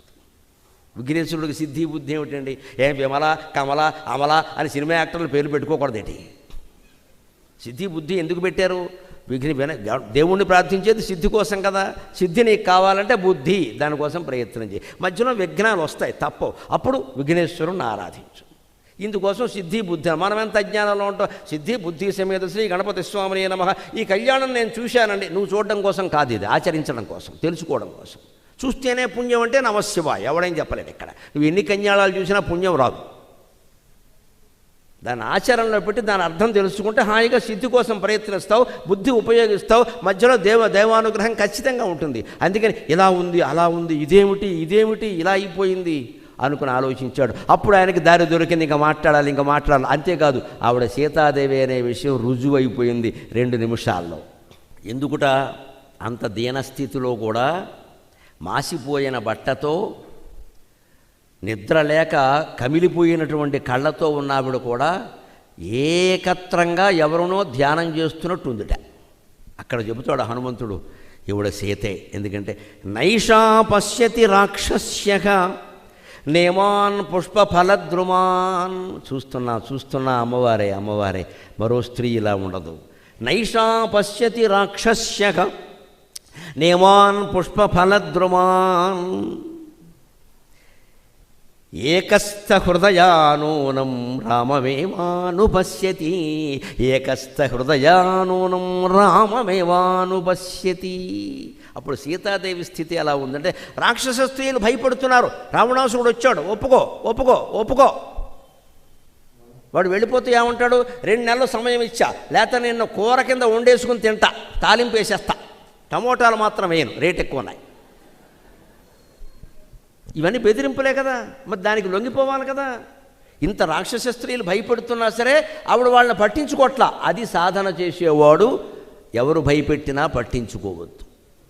మన సాధన. ఎవరి సలహాలు వినద్దు, అసలు ఎవరిని అడగద్దు ఆ విషయం. నీకు తెలుసుగా, ఎవరో గురువు నమ్ముకున్నావు కదా, నీ ఇష్టదైవం నీకుంది కదా, చేసుకోవయ్యా, ఏమవుతుంది. ఎప్పుడు ఆధ్యాత్మిక సాధనలో నేను ఒక గ్యారంటీ ఇస్తున్నానమ్మా, అనుకున్న మేలు జరగకపోవచ్చు, కానీ భగవద్ అనుగ్రహం వల్ల కీడు మాత్రం జరగదు. ఖచ్చితంగా కీడు జరగదు. అనుకున్నంత మేలు జరగకపోవచ్చు, మీరు ఆగి చూడాలి, కీడు మాత్రం జరగదు. మధ్యలో ఆపేస్తే ఏదో అవుతుందేమో, ఓ రోజు మానేస్తే ఏదో అవుతుందేమో. అమ్మవారు ఏమైనా కక్ష కడుతుందా? ఆవిడేమైనా రాక్షస? అమ్మవారు అంటే తల్లి. తల్లి ఎలా ఉంటుందండి, చేసిన తప్పులు కూడా క్షమిస్తుందనే తల్లి అంటారు. అమ్మవారు తల్లి, జగన్మాత. ఆవిడ ఎందు మనకి గౌరవం ఉండాలి, తల్లి భావం. ఆవిడ కరుణ ఎప్పుడూ ఉంటుంది. అందుకని చెబుతున్నాడు ఇక్కడ, నైషా పశ్యతి రాక్షస్య. రాక్షస స్త్రీలంతా చుట్టూ ఉండి, వాడు 10 మందిని కాపలా పెట్టాడు అక్కడ. చుట్టూ ఉండి బెదిరిస్తున్నా సరే వాళ్ళని ఆవిడ పట్టించుకోవట్ల, ధైర్యంగా ఉంది. అంటే భయాలని, బాధలని, కష్టాలని పట్టించుకోవద్దు. అది ఎందుకంటే ఉపాసన మొదలుపెట్టాకే కష్టాలు వస్తాయి కొన్ని, అవి పరీక్షలు. పక్కవాడు ఎవడో వచ్చి ఏమంటాడో, ఈ స్వామిని ఉపాసన చేయకూడదు, చేసిన వాళ్ళందరికీ కష్టాలే వస్తున్నాయి. మా మేనమామ తోడళ్ళు కొడుకు ఒకడు ఉన్నాడని ఎవడదో గాడిద కొడుకు కథ చెప్తాడు ఇక్కడ, చెడగొట్టడానికి. అది దేవుడు పూజ చేస్తే కష్టాలు రావడం ఏంటంటే నాకు అర్థం కాదు. వస్తే సుఖాలు వస్తాయి, అనుకున్నది అవుతుంది, లేకపోతే మామూలుగా ఉంటుంది. దానివల్ల కష్టాలు రావు, వేరే కారణాల వల్ల వస్తాయి. పైగా నువ్వు కష్టం వచ్చినా సరే వదలకుండా అలాగే పట్టుకుంటే ఖచ్చితంగా సిద్ధి కలుగుతుంది. బాగా ఉక్కబోస్తుంది అంటే వర్షం కురుస్తుంది అని లెక్క. సెగ్గడ్డు బాగా నెప్పెట్టేస్తుంది కురుపు అంటే అది పగిలిపోతుందని లెక్క. కష్టాలు వస్తున్నాయంటే భగవద్ అనుగ్రహం రాబోతోంది అని లెక్క. భగవద్ అనుగ్రహం మన మీద కురవబోతున్నప్పుడే కొడుకులకి, కూతుళ్ళకి, ఇంట్లో వాళ్ళందరికీ అనారోగ్యాలు, కష్టాలు పెట్టేస్తాడు దేవుడు కావాలని. ఎందుకంటే ఆయనకి తప్పించుకోవడమే కావాలి. ఆత్మజ్ఞానం పొందడం దేవుడికి ఇష్టం ఉండదమ్మా. ఆత్మజ్ఞానం అందరూ పొందితే ప్రపంచం ఉండదు. ఆయనకు కావాల్సింది ప్రపంచం. ఇదో సినిమా ఆడుకోవాలంటే సినిమా డైరెక్టర్ ఏం ఆశిస్తాడు, నా సినిమా 1000 రోజులు ఆడాలి, 1,00,000 కోట్లు రావాలని ఆశిస్తాడు. కానీ 2 రోజులు చూసినా చాలు అని ఎవడో అనుకోడమ్మా. దేవుడు కూడా అంతే, సినిమా డైరెక్టర్ లాంటి వాడే. నా సినిమా అందరూ ఆడుకోవాలి. ముఖ్యంగా అమ్మవారు అంతే. శివుడైనా పోనీ వదిలే అంటాడు. కానీ మీకెందుకో సప్పుడు ఎక్కువ చేయమని చెబుతాను, మాట్లాడుకుంటాను, నేను రక్షించుకుంటాను మా పిల్లల్ని, నేను ఏదో ఆడుకుంటున్నాను ఆట అంటుంది ఆవిడంతే. ఆవిడ ఆడే ఆట ఇది. మనకి స్వేచ్ఛ ఉందా అంటే ఉంది, లేదంటే లేదు. పశుపాశ విమోచని అంటారు లలితా సహస్రంలో. ఎంత స్వేచ్ఛ ఉంటుందంటే కట్టేసిన దూడకి ఎంత స్వేచ్ఛ ఉంటుందో మనకు అంతే ఉంటుంది. దూడకి స్వేచ్ఛ ఉందా అంటే లేదు, తాడు కట్టాడు. అలాగని లేదనడానికి లేదు. తాడు ఎంత పొడుగుందో అంత పొడుగు తిరగడానికి స్వేచ్ఛ ఉంది. మన జీవితాలు కూడా అది ఉంది, స్వేచ్ఛ ఉంది. నీ పరిధిలో నువ్వు చేసుకోవచ్చు. నువ్వు ఏదో ఆకాశాన్ని ఊహించి నిచ్చెనేస్తానంటే అలాగా. బెంగళూరులో ట్రాఫిక్ జామ్ వస్తే బయటికి వెళ్ళిపోతున్నావు, ఆకాశానికి నిచ్చెనేస్తావు. ఇక్కడ నీ పరిధిలో ఉంది, ట్రాఫిక్ జామ్ ఉంది, ఏం చేయలేమండి. ట్రాఫిక్ జామ్లో ఓ పుస్తకం పెట్టుకోండి, మీతో కూడా ఫోన్ అవతల బారేయండి. ఫోన్ పెట్టి కెలుగుతాడు ప్రతివాడు. ఇక్కడ పిచ్చెత్తిపోతుంది. ఫోన్కి పుస్తకానికి తేడా ఏమిటో తెలుసా? పుస్తకం మనలో ఉండే చెత్తను బయటికి పంపిస్తుంది, ఫోను బయట చెత్త అంతా మనలోకి రప్పిస్తుంది. ఏం చేయాలో ఆలోచించుకో. ఒక ఆధ్యాత్మికమైన గ్రంథం ఏదైనా పెట్టుకుంటే అది మనలో ఉండే చెత్తను బయటికి పంపిస్తుంది. నువ్వు ఫోన్ చూసామనుకో, పనికి మాలిన వార్తలన్నీ పెడతాడు ఎవడో. ఎక్కడ పైగా అన్ని ఫేక్ న్యూసే, దొంగ వార్తలు అవన్నీ లేవు, జరగలేదు. అవన్నీ చూస్తే ఏమైంది, బయట చెత్త మనలోకి వచ్చింది. అంటే ట్రాఫిక్ జామ్లో పుస్తకం పెట్టుకోండి, ఎంత ఉపయోగం అండి. హైదరాబాద్ ట్రాఫిక్ జామ్ కారణంగా 10 ఏళ్లుగా టీవీ షూటింగ్లకి వెళ్ళడం వల్ల, మీటింగ్లకి వెళ్ళడం వల్ల నేను 150 పుస్తకాలు చదివానండి. 150 పుస్తకాలు. అభిజ్ఞాన శాకుంతల మామూలు పుస్తకాలు కాదు. విశాఖదత్తుడు ముద్రారాక్షసం, శూద్రకుడు మృచ్ఛకటకం, సంస్కృత నాటకాలు, తెలుగు నాటకాలన్నీ టీవీ షూటింగ్లోనే చదివాను నేను. ఎందుకంటే షూటింగ్ వాళ్ళది, కారు వాళ్ళది, కార్యక్రమం వాళ్ళది. నా సొమ్మేం పోయింది. హాయిగా వెనకాల కూర్చొని చదువుకుంటూ డ్రైవర్ని ఎప్పుడూ నేను తొందర పెడితే వాడు యాక్సిడెంట్ చేస్తాడు, ప్రాణాలు పోతాయి. మనకెందుకు? ఎందుకు ఆలస్యం అయిందంటే డ్రైవర్ని అడగండి, నన్ను ఎందుకు అడుగుతారు? అయిపోయాయి. తేలిగ్గా తీసుకోవడం అంటే ఇదే. మాటి మాటికి గడియారం చూడటం, బెంగళూరు ఇంతే, బెంగళూరు అయితే మారిపోరాదా? మారడు, ఇక్కడ కూర్చుంటాడు. ఇక్కడ తప్పనిసరైన దాన్ని ఎప్పుడూ ఆస్వాదించాలి. ఆస్వాదించే విధానం మంచి పుస్తకం చదువుకోవడం, లేదు కళ్ళు మూసుకుని నమశివాయ జపం చేసుకోవడం. ట్రాఫిక్ జాము కారణంగానే బెంగళూరు వాసులందరికీ కైలాసం వస్తుంది, అనుమానం ఏం లేదు. జపం చేసుకోండి, హాయిగా జపం చేసుకోవచ్చు. పైగా దానివల్ల రెండో ఉపయోగం కూడా ఉంది. ఈ భక్తుడు చేసే జపం కారణంగా ట్రాఫిక్ క్లియర్ అవుతుంది, అది కూడా ఉంది అక్కడ. నేను కృష్ణుడి గురించి చెప్పుకున్నాడు, ప్యాకెట్లో కూడా గెలుస్తాం. ట్రాఫిక్ క్లియర్ అవుతుంది, ఎందుకంటే శివభక్తుడు జపం చేస్తున్నాడు అక్కడ. వాడు వెళ్ళాలి, శివుడు తోసేస్తాడు, మొత్తం అంతనే ఇచ్చేస్తాడు, అంతే పని జరుగుతుంది. అంతిమంగా మోక్షం, ఆనందం వస్తుంది. ఎందుకంటే ఒకళ్ళు మాట్లాడుకుంటూ విసుక్కోవడం, బెంగళూరు ఇంతే అనడం, బెంగళూరు ఇది ఒక్కటే సమస్య. బోల్డ్ ఉంటాయమ్మా, మీకు తెలిసినవి, మాకు తెలియని బోల్డ్ ఉంటాయి. ఎందుకది? ఈ చర్చ అనవసరం, ఇది మనం నేర్చుకోవాలి. అందుకని ఆవిడ ఎలా ఉందంటే ఏకాంతంగా అలాగే ఉండి ఏకాగ్రంగా జపం చేస్తుంది. ఎలాగా? ఏకస్థ హృదయ అనూనం, ఏకస్థ హృదయ, రాముడి మీద మాత్రమే మనస్సును లగ్నం చేసి శ్రీరామ జయ రామ జయ జయ రామ అన్నట్టుగా అదే మనస్సును అలాగే లగ్నం చేసి అనూనం, ఏమాత్రం తక్కువ కాకుండా ఏకస్థ హృదయ అనూనం రామమేవా అనుపశ్యతి, అలాగే రాముడిని మాత్రమే తన మనస్సులో చూస్తూ కళ్ళు మూసుకుంది. ఇది చూశాడు, అది దివ్య దృష్టి ద్వారా గ్రహించగలిగాడు, యోగాభ్యాసం చేసినవాడు కాబట్టి. ఖచ్చితంగా ఆవిడ మనస్సులో రాముడు ఉన్నాడు. రామజపం చేస్తున్నది, లంకలో రామజపం ఏంటి నా తలకాయ, సీతాదేవి తప్పితే ఎవరు చేస్తారు అని అక్కడ ఉండేసరికి వచ్చాడు దశకంఠ రావణుడు. మళ్ళీ మామూలుగానే ఒక క్యాసెట్ వేసాడు, I love you I love you I love you. వాడికి అదే క్యాసెట్, రెండో క్యాసెట్ లేదు. ఇంకా నన్ను చేసుకుంటావా చంపేయమంటావా, నన్ను చేసుకుంటావా అమ్మవారికి విని విని విని విసుకొచ్చేసింది. యథోసంత ఆడు మొహం చూడడం కూడా ఇష్టం లేక సమాధానం అయితే చెప్పాలి కాబట్టి ఓ గడ్డి పరక దొరికింది అక్కడ. ఆ గడ్డి పరక అడ్డంగా పట్టుకుని గడ్డి పరక మొహం చూసి మాట్లాడింది. అందుకని గరికిపాటికి ఇంత ఖ్యాతి వచ్చిందమ్మా. గరికయే అడ్డమై కౌశల్య కోడలి పరువు మర్యాదలు భద్రపరిచి, ఆవిడ సీతాదేవి పరువు మర్యాద కాపాడింది మా గరికపాటే. అందుకని మాకింత వైభవం వచ్చింది. మేము లేకపోతే ఎవరిని అడ్డం పెట్టుకుంటుంది ఆవిడ. అందుకని గరిటికి పెట్టుకుని ఓసి తృణంబ నీకైన ఉన్నది బుద్ధి. ఇక్కడ కల్పవృక్షం పద్యం చెప్పుకోవాలి, బ్రహ్మాండంగా రాస్తాడు విశ్వనాథ సత్యనారాయణ గారు. గడ్డి పరకతో మాట్లాడింది. రావణాసుడు అంత క్యాసెట్ వేశాక, వేధవా నీ మొహం చూడనరా, నీకు నేను సమాధానం చెప్పనరా, నీకంటే గడ్డి పరక చెప్పడం మంచిది. ఓసి తృణంబ నీకైన ఉన్నది బుద్ధి, రఘుప్రవీరుణాజ్ఞా సరసంబుగా కదలు సాధువీవు, దురాగ్రహగ్రహాభ్యాసము లేదు నీకు, నిరయంబును పొందవు సర్వజంతుగ్రాసమవై పరోపకృతిగాంతు, దుష్టత లేదు నిజడన్. ఓసి తృణంబ, ఒసే గడ్డి పరక నీకైనా ఉన్నది బుద్ధి, ఈ వెధవకి లేదే 10 కంఠాలుండి, నీవు నయం, నీకు పెద్ద బుద్ధి ఉంది ఇక్కడ. అది విశ్వనాథ సత్యనారాయణ గారి పద్యం, మహానుభావుడు. నీకైనా ఉన్నది బుద్ధి. ఎందుకని? రఘుప్రవీరుని అజ్ఞాసరసంబుగా కథలు నీవు కథలు సాధువు వీవు, శివుడాజ్ఞలు ఏందే చీమైన కూడా కుట్టదంటాడు. అందుకని రామచంద్రమూర్తి ఈ సృష్టిని ఎలా చేశాడో, ఆయన ఎలా నడిపించాడో అలా నడుస్తావు, ఊగుతావు చక్కగా. ప్రవాహం వస్తే తల వాలుస్తావు, ప్రవాహం పోగానే పైకి లేస్తావు.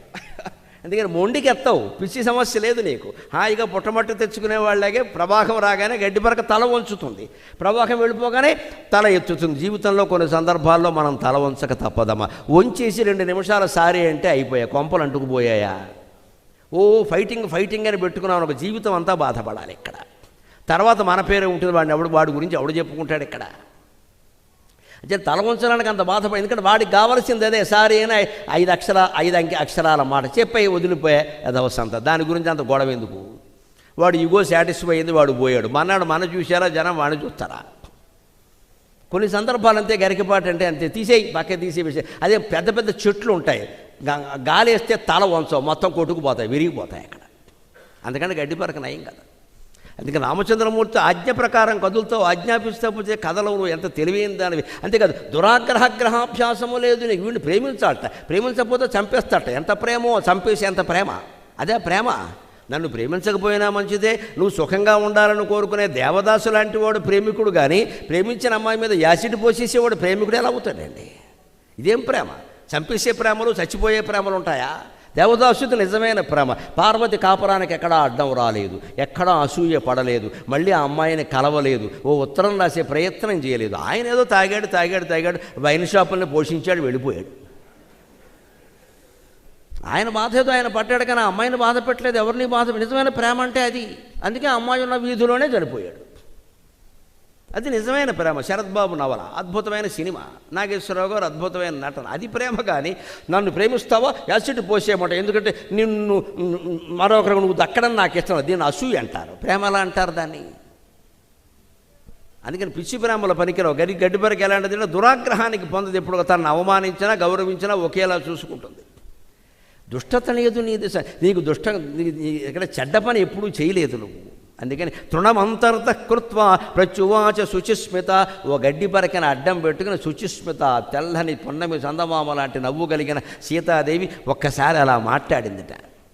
అప్పుడు రావణాసురుడు బెదిరించి వెళ్ళిపోయిన తర్వాత త్రిజట వచ్చి ఆవిడకు వచ్చిన కళంతా చెప్పి ఈవిడిని కాస్త ఓదార్చిన తర్వాత విభీషణుడు కూతురు వచ్చి వెళ్ళిన తర్వాత అప్పుడు నెమ్మదిగా హనుమంతుడు తన కథ మొదలుపెట్టాడు. ఇప్పటికీ త్రిజట రావడం వల్ల, రావణాసురుడు రావడం వల్ల ఆవిడ సీత అనే విషయం రూఢైంది.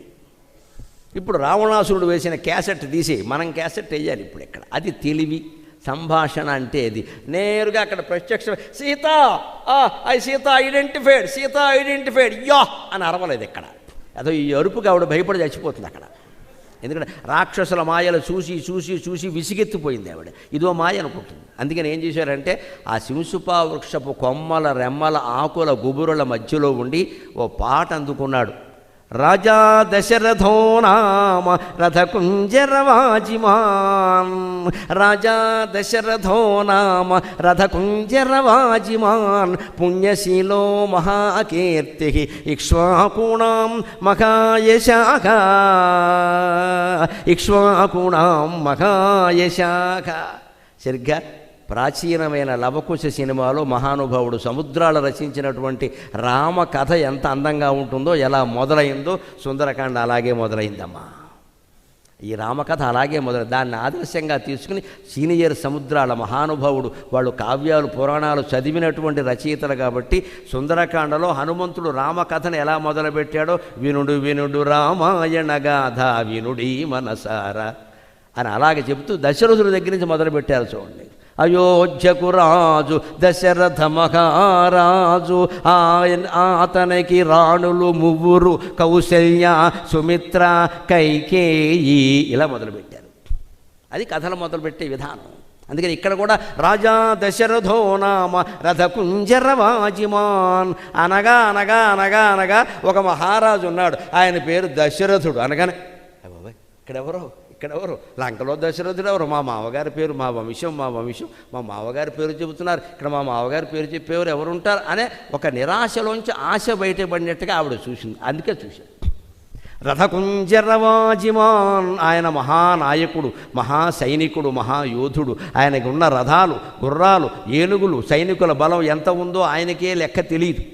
మురారి అనర్ఘరాఘవ అనే కావ్యంలో చెబుతాడు దశరథుడి పరిపాలన గురించి. దశరథ మహారాజు పరిపాలన చేస్తుంటే విష్ణుమూర్తి ఆయన కడుపునే ఎందుకు పుట్టాడో తెలుసా?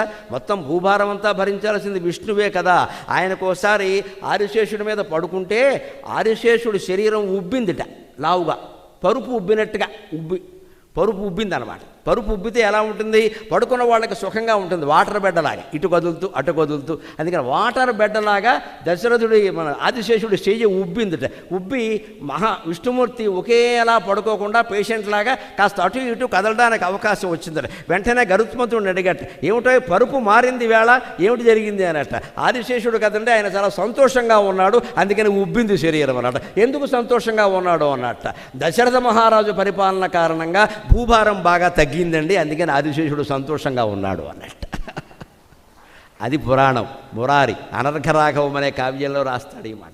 మహానుభావుడైన కవి, సంస్కృతంలో అటువంటి పండితుడు కవి దొరకడం కష్టం. అనర్ఘరాఘవం, దానికి మా గురువు గారు ఆచార్య బేతవోలు రామబ్రహ్మం గారు వ్యాఖ్యానం రాశారు. పరుపు ఎందుకు ఉబ్బింది అంటే సంతోషం కలిగితే కదా. ఎందుకు సంతోషం కలిగింది? ఇక్కడ భూభారాన్ని తగ్గించేలా పరిపాలిస్తున్నాడు దశరథుడు, చక్కని పరిపాలన. అందుకని భూమిని మోసేదెవరు? ఆదిశేషుడు కదా.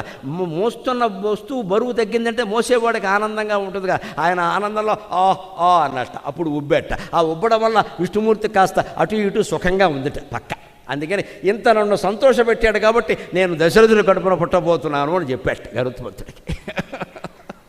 దశరథుల కడుపున పుట్టడం అనేది వాస్తవం, కానీ కారణం ఊహ. ఇదే కవిత్వం. ఒక వాస్తవాన్ని ఊహతో సమర్థించిన, ఒక ఊహకి వాస్తవాన్ని జోడించిన కవిత్వం అవుతుంది. అందుకని మహాకవిత్వాన్ని చెప్పాడు మురారి అనర్ఘరాకమల్లో. అందుకని రాధా దశరథోనామ రథకుంజరవాజిమాన్, అనేక రకాల పదాతి బలాలు చతుర్వ్యూహాలు కలిగినటువంటి దశరథ మహారాజు ఉన్నాడు. ఆయన పుణ్యశీలో మహాకీర్తికి, పుణ్యశీలుడు, అనేక యజ్ఞాలు చేశాడు, మహత్తరమైన కీర్తి కలిగిన వాడు. ఇక్ష్వాకుణాం మహాయశ, అసలు ఇక్ష్వాకు వంశస్థుల్లో అంత కీర్తి కలిగిన వాడు మరొక్కడు కనబడ్డు. ఈ మాట వినపడగానే ఆవిడ చూస్తే ఆ గుబురుల్లో ఓ కోతి లాంటిది కనపడింది. ఏమిటో రావణాసురుడు 100 మాయలు చేశాడు, వీడెవడో అని ఊరుకుంది. అప్పుడు నెమ్మదిగా కిందికి దిగొచ్చి అమ్మా నమస్కారం, బాగున్నావా అన్నాడు ఆయన. ముందు అడగవలసిన మాట అదే కదా. ఆవిడ అక్కడికి అనుమానిస్తూ వెళ్ళిపో వెళ్ళిపో, దూరంగా వెళ్ళిపో, నేను నమ్మను, నిన్ను రావణాసురుడే పంపించుంటాడు, దిక్కుమాలిన వెధవ, ఇప్పుడు వచ్చాడుగా నేను నమ్మను, వెళ్ళిపో అని పాపం ఆ చెట్టుకి ఇంకా చుట్టుకుపోయి చేతులు కాళ్ళు లోపల పెట్టేసుకుని ఇలా ముడుచుకుపోయింది అమ్మవారు. అంత భయపడుతోంది ఆవిడ. హనుమంతుడిని చూసి కూడా భయపడిపోతుంటే ఆవిడ పలకరించి, అమ్మా నన్ను నమ్ము తల్లి, ఇందాక నుంచి పాట పాడింది నేనే, రాముడు పంపితే వచ్చాను నేను అంటే ఆవిడ ఒక పరీక్ష పెట్టింది. అది నిజమైన పరీక్ష. సైబర్ నేరాలు ఘోరంగా జరుగుతున్న పరిస్థితుల్లో ఆడవాళ్ళందరూ ప్రత్యేకించి జాగ్రత్తగా ఉండాలమ్మా. ఎవడో వచ్చి డబ్బిమ్మన్నారు అనగానే ఇచ్చేయడం, ఎవడో ఫేస్బుక్లో పెట్టేసి మీ ఆయనకి సీరియస్గా ఉందంటే డబ్బు ఇచ్చేయడం, లేదా వయస్సులో ఉన్న అమ్మాయిలు ఎవడో ప్రేమిస్తున్నాననగానే వాడికి లక్షలు ట్రాన్స్ఫర్ చేయడం అనుకోవాలి. సుందరకాండ చదివితే ఆ తెలివితే అట్లా వస్తాయి. వెంటనే హనుమంతుడు సీతను నమ్మలేదు. నువ్వు రాముడు దూతవా, రాముడు ఎలా ఉంటాడో నీకు తెలుసా చెప్పు అంది. అది లెక్క. ఫోటో చూపించమల్లా, అప్పుడు ఫోటో లేవు కాబట్టి. ఫోటో కూడా దొంగ ఫోటోయే, ఇప్పుడు ఎవడో నమ్మట్లా. వేలిముద్ర కూడా నమ్మడానికి వీలు లేదు. ఇప్పుడు నమ్ముతున్నది ఒకే ఒక్కటి, ఐ రిబ్ కంటిన్యూ డిఎన్ఏ. మన డిఎన్ఏ నమ్ముతుంది. ఎందుకని ఎప్పటికైనా ఉండే జీవుడు అక్కడే ఉంటాడు, కళ్ళల్లో ఉంటాడు. వేదమే చెప్పింది ఆ మాట, జీవుడు కళ్ళల్లో ఉంటాడు. అందుకే పోయినప్పుడు కళ్ళు మూసేస్తారు, జీవుడు కళ్ళల్లోనే ఉంటాడు. ఎందుకని ఐ రిబ్ ఇప్పుడు ప్రాణమే నమ్మకం అయిందా లేదా? వేలిముద్ర నమ్మడంలా, సంతకం నమ్మడంలా, ఫోటో కూడా నమ్మడంలా. అప్పుడు అవేమీ లేవు. అందుకని ఒకే ఒక వాక్యం లెక్క, రాముడు ఎలా ఉంటాడో చెప్పు. అంతేకాదు లక్ష్మణుడు అన్న మాట చెప్పలా, ఎందుకంటే తని ఇన్ఫర్మేషన్ ఇవ్వకూడదు. రాముడిని ఒక్కడనే వర్ణించి ఆయన ఒక్కడే ఉన్నాడమ్మా అంటే వీడు దొంగవాడు. ఎందుకంటే లక్ష్మణుడు లేకుండా రాముడు ఉన్నాడు అక్కడ. అందుకే పరీక్ష కోసం రాముడు ఎలా ఉన్నాడో చెప్పు అంటే ఒక్క అందమైన పద్యాన్ని తెలుగులో తొలి కవయిత్రి అని చెబుతారు. మహాకవయిత్రి మొల్ల రచించిన రామాయణంలో ఉంటుంది ఆ మాట. అది చెప్పుకుందాం సరదాగా, దాంతో మనం సెలవు తీసుకుందాం. నీలమేఘఛాయబోలు దేహము వాడు, ధవళాబ్జపత్ర నేత్రములవాడు. అమ్మా రాముణ్ణి వర్ణించమన్నావు, నాకు అంతకంటే అదృష్టం ఉంటుందా తల్లి? పరీక్షల్లో కూడా ఇంత అమృతప్రాయమైన పరీక్షలు ఉంటాయా? భగవత్ స్తుతి నాకు పరీక్ష, ఇంతకంటే ఏం కావాలి? నీలమేఘఛాయబోలు దేహము వాడు, ధవళాబ్జపత్ర నేత్రములవాడు, కంబు సన్నిభమైన కంఠంబు గలవాడు, ఘనమైన దుందుభిస్వనమువాడు, తిన్ననై కనుపట్టు దీర్ఘబాహులవాడు, ఘనమైన పీన వక్షంబువాడు, పద్మరేఖలు గల్గు పదయుగంబులవాడు, బాగైన ఎట్టి గుల్పములవాడు, కపటమెరుగని సత్యవాక్యములవాడు, రమణి రాముండు శుభలక్షణములవాడు. ఇక్కడ హనుమంతుడు ఆపాడు, మొల్ల కూడా కవిత్వం ఆపింది. శీసపద్యం ఇది, ఛందస్సు తెలిసిన వాళ్ళకి తెలుస్తుంది. పై పాదాలు 4 పూర్తయ్యాయి, కింద ఎత్తుగీతి 2 పాదాలు అయ్యాయి, ఇంకా 2 పాదాలు చెప్పాలి. ఇప్పుడు ఇది మొల్లకి పరీక్ష రాసేవాడికి ఎలా రాయాలి. హనుమంతుడికి పరీక్ష ఏమిటంటే ఇంతవరకు చెప్పాడు. ఆవిడ లక్ష్మణుడు అనే మాట మాట్లాడనల్లా, చెప్తాడా లేదా అని చూస్తోంది ఆవిడ. అప్పుడు వెంటనే ఎత్తుకున్నాడు. ఇన్ని గుణములు రూపింపనెసగువాడు, వరుస సౌమిత్రి బంగారు వన్నెవాడు, జయత్యతి బలో రామో లక్ష్మణశ్చ మహాబలక, రాజా జయతు సుగ్రీవో రాఘవేణాభిపాలితక. అన్నీ మొత్తం పాదాలన్నీ రాముడి గురించి చెప్పి చివరిలో ఏమన్నాడంటే, లక్ష్మణుడు ఇంచుమించు అలాగే ఉంటాడమ్మా, ఆయన నల్లగా ఉంటాడు, ఈయన బంగారపు రంగులో ఉంటాడు, అది ఒక్కడే తేడా అన్నాడు. వెంటనే కనిపెట్టింది ఆవిడ మనవాడే. ఎందుకంటే అంత ఖచ్చితంగా చెప్పగలిగిన వాడు ఎవడు ఉంటాడండి. పైగా అవయవాల కొలత, మహాపురుష లక్షణాలు అంటారు. 32 లక్షణాలు ఉంటాయి. ఆ 32 లక్షణాలు ఉన్నవాళ్ళు భారతదేశంలో 4 ఉన్నారు. ఒకరు శ్రీరామచంద్రమూర్తి, 2 శంకరాచార్య స్వామి, 3 గౌతమ బుద్ధుడు, 4 వివేకానందుడు. ఈ నలుగురే ఉన్నారు.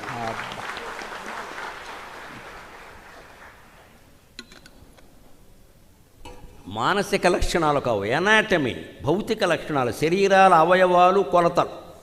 మహాపురుషుడైన వాడు చేతులు ఎలా ఉండాలి, కాళ్ళు ఎలా ఉండాలి, చెక్కిళ్ళు ఎలా ఉండాలి, కళ్ళు ఎలా ఉండాలి, నుదురు ఎలా ఉండాలని సాముద్రిక శాస్త్రం ప్రకారం ఒక లెక్క ఉంది. ఆ లెక్క కలిగిన వాడు నలుగురు భారతదేశంలో, విదేశాల్లో ఉంటే ఉండొచ్చు, మనకి తెలియదు. ఇక్కడ శ్రీరామచంద్రమూర్తి, తర్వాత గౌతమ బుద్ధుడు, తర్వాత శంకరాచార్య స్వామి, తర్వాత కలియుగంలో వివేకానందుడు, శంకరాచార్యుని తర్వాత మళ్ళీ వివేకానందుడు. ఆ లక్షణాలు ఏమిటంటే నీలమేఘఛాయబోలు దేహము వాడు. వర్షం కురిసి శ్రావణ మాసంలో వర్షం కురిసే ముందు మేఘాలు కమ్ముకున్నప్పుడు ఆ మేఘంలో మెరుపు మెరిసినప్పుడు ఏ ఛాయలో ఉంటాడో రామచంద్రమూర్తి ఆ ఛాయలో ఉంటాడు. అది మొల్ల వర్ణన. సీతాదేవికి ఒక్కసారి రాముడు చూసినట్టే అనిపించింది. ఆవిడ ఇంకోసారి చెప్పవా. మా ఆయనయ్య ఎంత అందమైన వాడు. వేదాంత వేద్యాయ మేఘశ్యామలమూర్తయే పుంసాం మోహన రూపాయ పుణ్యశ్లోకాయ మంగళం. ఈయన కాపాడుకోవడం నాకు కష్టమైందయ్యా. ఎక్కడైనా మీటింగ్కి కడితే చచ్చిపోయేదని అన్యాయంగాను. ఎందుకంటే ఈయన చాలా అందమైన వాడు. ఎంత అందమైన వాడు అంటే మా ఆయన పుంసాం మోహన రూపాయ. ఆయన అందానికి పురుషులే వెనకాల పడేవారు, ఆయన స్త్రీలు పడతారని వేరే చెప్పాలా. పుంసామోహన రూపాయ పుణ్యశ్లోకాయ మంగళం. అంత అందమైన వర్ణన చేస్తున్నావు. చేయవయ్యా, నాకు వినడానికి ఇబ్బంది. నువ్వు శత్రువైనా పర్వాలేదు, చేయవయ్యా అంది. నీలమేఘఛాయబోలు దేహము వాడు ధవళాబ్జపత్ర నేత్రములవాడు. తెల్ల తామర పువ్వు రేకులు ఎంత అందంగా ఉంటాయో రామచంద్రమూర్తి నేత్రాలు అంత అందంగా ఉంటాయట. విశాలమైన దృష్టి ఉంటే విశాలమైన నేత్రాలు బాగుంటాయి. సంకుచిత దృష్టి ఉంటే నేత్రాలు కూడా బాగుండవు. రాముడి దృష్టి విశాలం. ఆయనకి కులము లేదు, మతం లేదు, ప్రాంతం లేదు. యావత్ భూమండలాన్ని 11,000 సంవత్సరాల పాటు పరిపాలించి ఇప్పటికీ రాజకీయ నాయకుల నోట గంటకోసారి వచ్చే మాట రామరాజ్యం. మరో రాజ్యం లేదు ఇక్కడ. చేసినా చేయకపోయినా ఆ మాట వచ్చేస్తుంది వెంటనే. ఎందుకంటే అంత గొప్పవాడు ఆయన. ధవళాబ్జపత్ర నేత్రముల వాడు. సరిగ్గా అవయవ వర్ణన చూడండి ఎలా వస్తుందో. కంఠం కంబు సన్నిభమైన కంఠంబు గలవాడు. మీ ఆయన కంఠం శంఖంలా ఉంటుందమ్మా. కంబు అంటే శంఖం అంటే ఖం ఖం ఖం ఖం అని మోగుతుందమ్మా ఖచ్చితంగా. ఆయన వింటి నారి పట్టుకుని ఇలా లాగి బాణం వేస్తుంటే ఎలా ఉంటుంది? భాస్కర్ రామాయణంలో చెప్పినట్టే ఠం ఠం ఠం అను భీషణధ్వనుల వింటన్నారి సారించి వైకుంఠుండా రఘురామమూర్తి అని వర్ణన చేసినట్టు ఉంటుందమ్మా. ఆ కంఠంలోంచి శంఖం మాట వస్తుంటే శంఖం మోగినట్టుగా ఉంటుంది. కంబు సన్నిభమైన కంఠంబు గలవాడు ఘనమైన దుందుభిస్వరము వాడు. వర్షం కురిసే ముందు దుందుభి మేఘాలు ఏకంగా ఉరుములు ధ్వని చేస్తాయో అటువంటి స్వనమమ్మ. శత్రువులు అదిరిపోవలసిందే ఆ శబ్దానికి, ఆ ధ్వనికి ఖచ్చితంగా. తిన్ననై కనుపట్టు దీర్ఘబాహులవాడు. ఉత్తమ పురుష లక్షణము అంటే మగవాడు నిలబడి ఉంటే చెయ్యి చాపితే మోకాల దగ్గరికి రావాలి. ఇంటికి వెళ్ళాక చూసుకోండి, ఇప్పుడు కాదు. ఇప్పుడు చాపితే నాకు పెడుతుంది, కూర్చున్నాను కాబట్టి పాదాల వరకు పెడుతుంది. అది కుదరదు. ఇంటికి వెళ్ళాక అద్దం ముందు నిలబడి మీ ఆవిడ ఎదురుగా ఉండగా ఆవిడని కొలవమని చెప్పి చూసుకోండి. చెయ్యి చాపితే మోకాల వరకు రావాలి. వారిని ఆజానుబాహు అంటారు, లేకపోతే జానెడు బాహు అంటారు. అదొక మహాపురుష లక్షణం. ఆడవాళ్ళకి అలా ఉండకూడదు, మగవాళ్ళకే ఉండాలి. అది లెక్క. అదే అవమానం కాదు, లక్షణాలు తేడా ఉంటాయి. తిన్ననై కనుపట్టు దీర్ఘ బాహులవాడు. మళ్ళీ ఆ బాహువులు ఇలా వంకర తిరిగి ఎస్సాకారంలో ఉండకూడదు. అక్కడ తిన్నగా ఉండాలి. ఇలాగా ప్రతిజ్ఞ చేస్తే అంతే, నిలబడినట్టే. కత్తి ఉన్నట్టే ఉండాలి చెయ్యి, మొగాడు చెయ్యి. అది ప్రతిజ్ఞ. అందుకని కిందనై కనుపట్టు దీర్ఘబాహులవాడు ఘనమైన పీన వక్షంబువాడు. రాజకుమారుడు రాముడు ఎన్నో యుద్ధాల్లో పాల్గొంటాడు. శత్రువులు కత్తులతో నరుకుతారు, బాణాలు వేస్తారు, గదలతో కొడతారు. అన్నిటికీ తట్టుకునే వక్షస్థలం ఉండాలి. ఘనమైన పీన వక్షంబువాడు. ఆయన వృత్తిని బట్టి ఆకారం ఉండాలి. ఇక్కడ మాబోటిగాడికి కంఠం బాగుంటే చాలు, ఈ వక్షస్థలం ఎలా ఉన్నా ఒకటే. మమ్మల్ని ఎవడో కత్తులు ఎట్టు కొట్టాడు. ఇక్కడ ఆయనకు ఉండాలి, ఆయన యుద్ధం చేస్తాడు కాబట్టి. అందుకని ఘనమైన పీన వక్షంబువాడు. అక్కడి నుంచి ఇంకొంచెం కిందికి దిగుతున్నాడు. ఘనమైన పీన వక్షంబువాడు తిన్ననై కనుపట్టు దీర్ఘబాహులవాడు ఘనమైన పీన వక్షంబువాడు పద్మరేఖలు గల్గు పదయుగంబులవాడు. ఇవి చెప్పడంతో ఆవిడ నమ్మింది. అయ్య బాబోయ్, ఇవి కూడా తెలిసాయంటే రామచంద్రమూర్తి పడుకున్నప్పుడు కూడా పాదాలు చూశాడనమాట. ఈయన ఖచ్చితంగా పాదసేవకుడే. ఆయన పాదాల్లో పద్మరేఖలు ఉన్నాయిట. చక్రవర్తి కాబోయేవాడికి పద్మరేఖలు ఉంటాయి.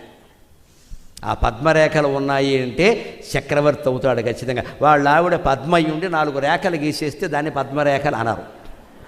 మా ఆయన చక్రవర్తి అవ్వాలి అందుకని నేను గీసేసే అంటే కుదరదు. ఇక్కడ నువ్వు పద్మైనంత మాత్రాన రేఖలు కుదరవమ్మ, సహజంగా ఉండాలి. అరికాల్లో ఉండే చక్రాల్లో ఉండాలి, పద్మాల్లో ఉన్న తామరపు రేకుల్లా రేఖలు ఉంటే వాడు ఖచ్చితంగా రాష్ట్రానికి ముఖ్యమంత్రి, దేశానికి ప్రధానమంత్రి అయిపోతాడు. ఈవేళ కాకపోతే రేఖైన మహారాజు ఛాయ. ఆ పద్మరేఖలు చెప్పగానే ఆవిడకు అనుమానం. ఇవేళ చూశాడు, ఎప్పుడు నడుస్తాడు కదా, అరికాల్లో ఉండే రేఖలు ఎలా కనపడతాయండి అంటే పడుకున్నప్పుడు చూసి ఉండాలి. పడుకున్నప్పుడు హనుమంతుడు ఎందుకు చూస్తాడు, అనుమానం వస్తుంది కదా చూసేవాళ్ళకి. పడుకున్నప్పుడు అంటే ఆయన పాదసేవ విడిచిపెట్టకుండా చేశాడు కిష్కింధ కాండలో. రాముడు దొరికినప్పుడు నడిచి నడిచి అలసిపోయావయ్యా, పాదసేవ చేస్తా అన్నాడు. ఆ పాదాలు నొక్కడంలో అరికాల్లో ఉండే పద్మరేఖలు కనబడ్డాయి. పద్మరేఖలు గల్గు పదయుగంబులవాడు, అవి సీతాదేవి కనబడ్డాయి. ఆవిడ పాదసేవ చేసేది, భార్యాభర్తలు కదా, ఒకరి పాదాలు ఒకరు గుర్తే. అవసరమైతే వీరి సేవ వారు చేస్తారుగా, అభ్యంతరమే ఉంది. అందుకని తెలిసే పదయుగంబులవాడు. అంతేకాదు ఒక వీరుడికి ఉండే లక్షణం, అందున విలుకాడుకు ఉండే లక్షణం, అది కూడా మొల్ల రాసిందండి. మొల్ల గురించి ఒక మాట చెబుతా ఆనందంగా. ఆవిడ కుమ్మర కులానికి చెందిందండి. ఆ కులానికి నమస్కారం, ఆ జాతికి నమస్కారం. భారతదేశంలో ఏ కులాన్ని అవమానించడానికి వీల్లేదు. అందున ఆవిడ వితంతువు, బాల్య వివాహం చేసుకుంది, వితంతువు అయింది. ఆతుకూరి మొల్ల, కుమ్మరి మొల్ల అంటారు. ఎంత మహాకవయిత్రి. నా జీవితాన్ని మరో ధ్యాస లేకుండా, భర్త పిల్లలు అనే ధ్యాస లేకుండా రామాయణ రచనతో పునీతం చేసుకుంటానని చెప్పింది మహాసాధ్వి. అలా పునీతం చేసుకుంది. మొల్ల రామాయణం. ట్యాంకు బండి మీద ఆవిడ విగ్రహం పెట్టారమ్మా, మొల్ల విగ్రహం. అంతటి సాధువులు భారతదేశంలో 18 వర్ణాల్లో ఉన్నారు. నా దేశంలో పుట్టిన ప్రతి కులం వారికి నమస్కారం, ప్రతి మతం వారికి నమస్కారం. ఎవరిని తక్కువ చేయడానికి వీల్లేదు ఇక్కడ.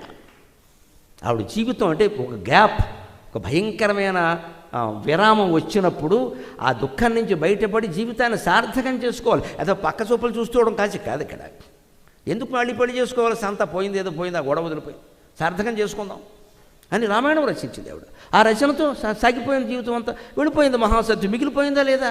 సంసారాలు చేసి పిల్లలు కనవాళ్ళు అందరూ మిగిలేరా? 3 పెళ్ళిళ్ళు చేసుకునే వాళ్ళు అందరూ మిగిలేరా? ఇది అయిపోగానే అది అయిపోగానే ఏదైనా మాట్లాడకూడదు. ఫస్ట్ షో సెకండ్ షో కాదు, ఇది జీవితం. ఇది యథవాంఛలు ఎవరికైనా. అందుకని మొల్ల మిగిలిపోయింది ఇక్కడ. అందుకే ఆవిడకి ఎంత ప్రజ్ఞతో వచ్చిందో, ఆవిడ యుద్ధం చేయలేదు, విల్లు పట్టుకోలేదు. కానీ విలుకాడుకుండే లక్షణం ఏంటో తెలుసా?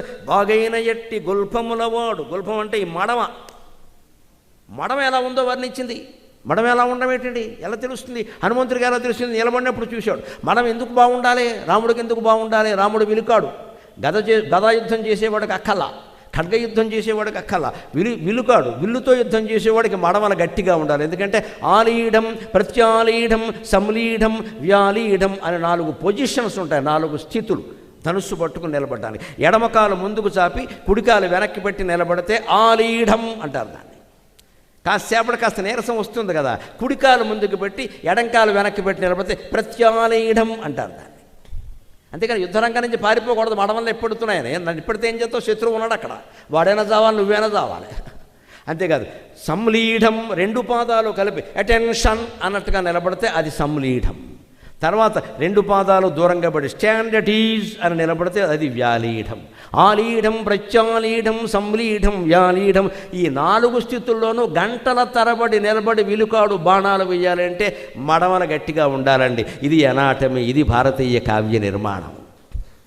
ఎంత ఆలోచన. ఒక కుమ్మరి కులంలో పుట్టినప్పుడు ఒక వితంతువ ఇంత ఆలోచన చేసిందంటే మహాకవుల కావ్యాలు ఎలా ఉంటాయి? ఎన్ని చదవాలి మనం, ఎన్ని చదవకుండా జీవితం అయిపోతుంది ఇక్కడ. అటువంటి వాడిని ఇప్పుడు భౌతిక వర్ణన అయిపోయింది, గుణాలు చెబుతున్నాడు ఇక్కడ. ఈ ఊరికి కాళ్ళు వేళ్ళు కాదమ్మా, కపటమేరుగని సత్యవాక్యములవాడు. ఎందుకంటే సుగ్రీవుడికి మాట ఇచ్చాడు, వాళ్ళని చంపుతానని, చంపాడంతే లెక్క. రెండో మాట లేదు ఇక్కడ, మాట తప్పలేదు రాముడు.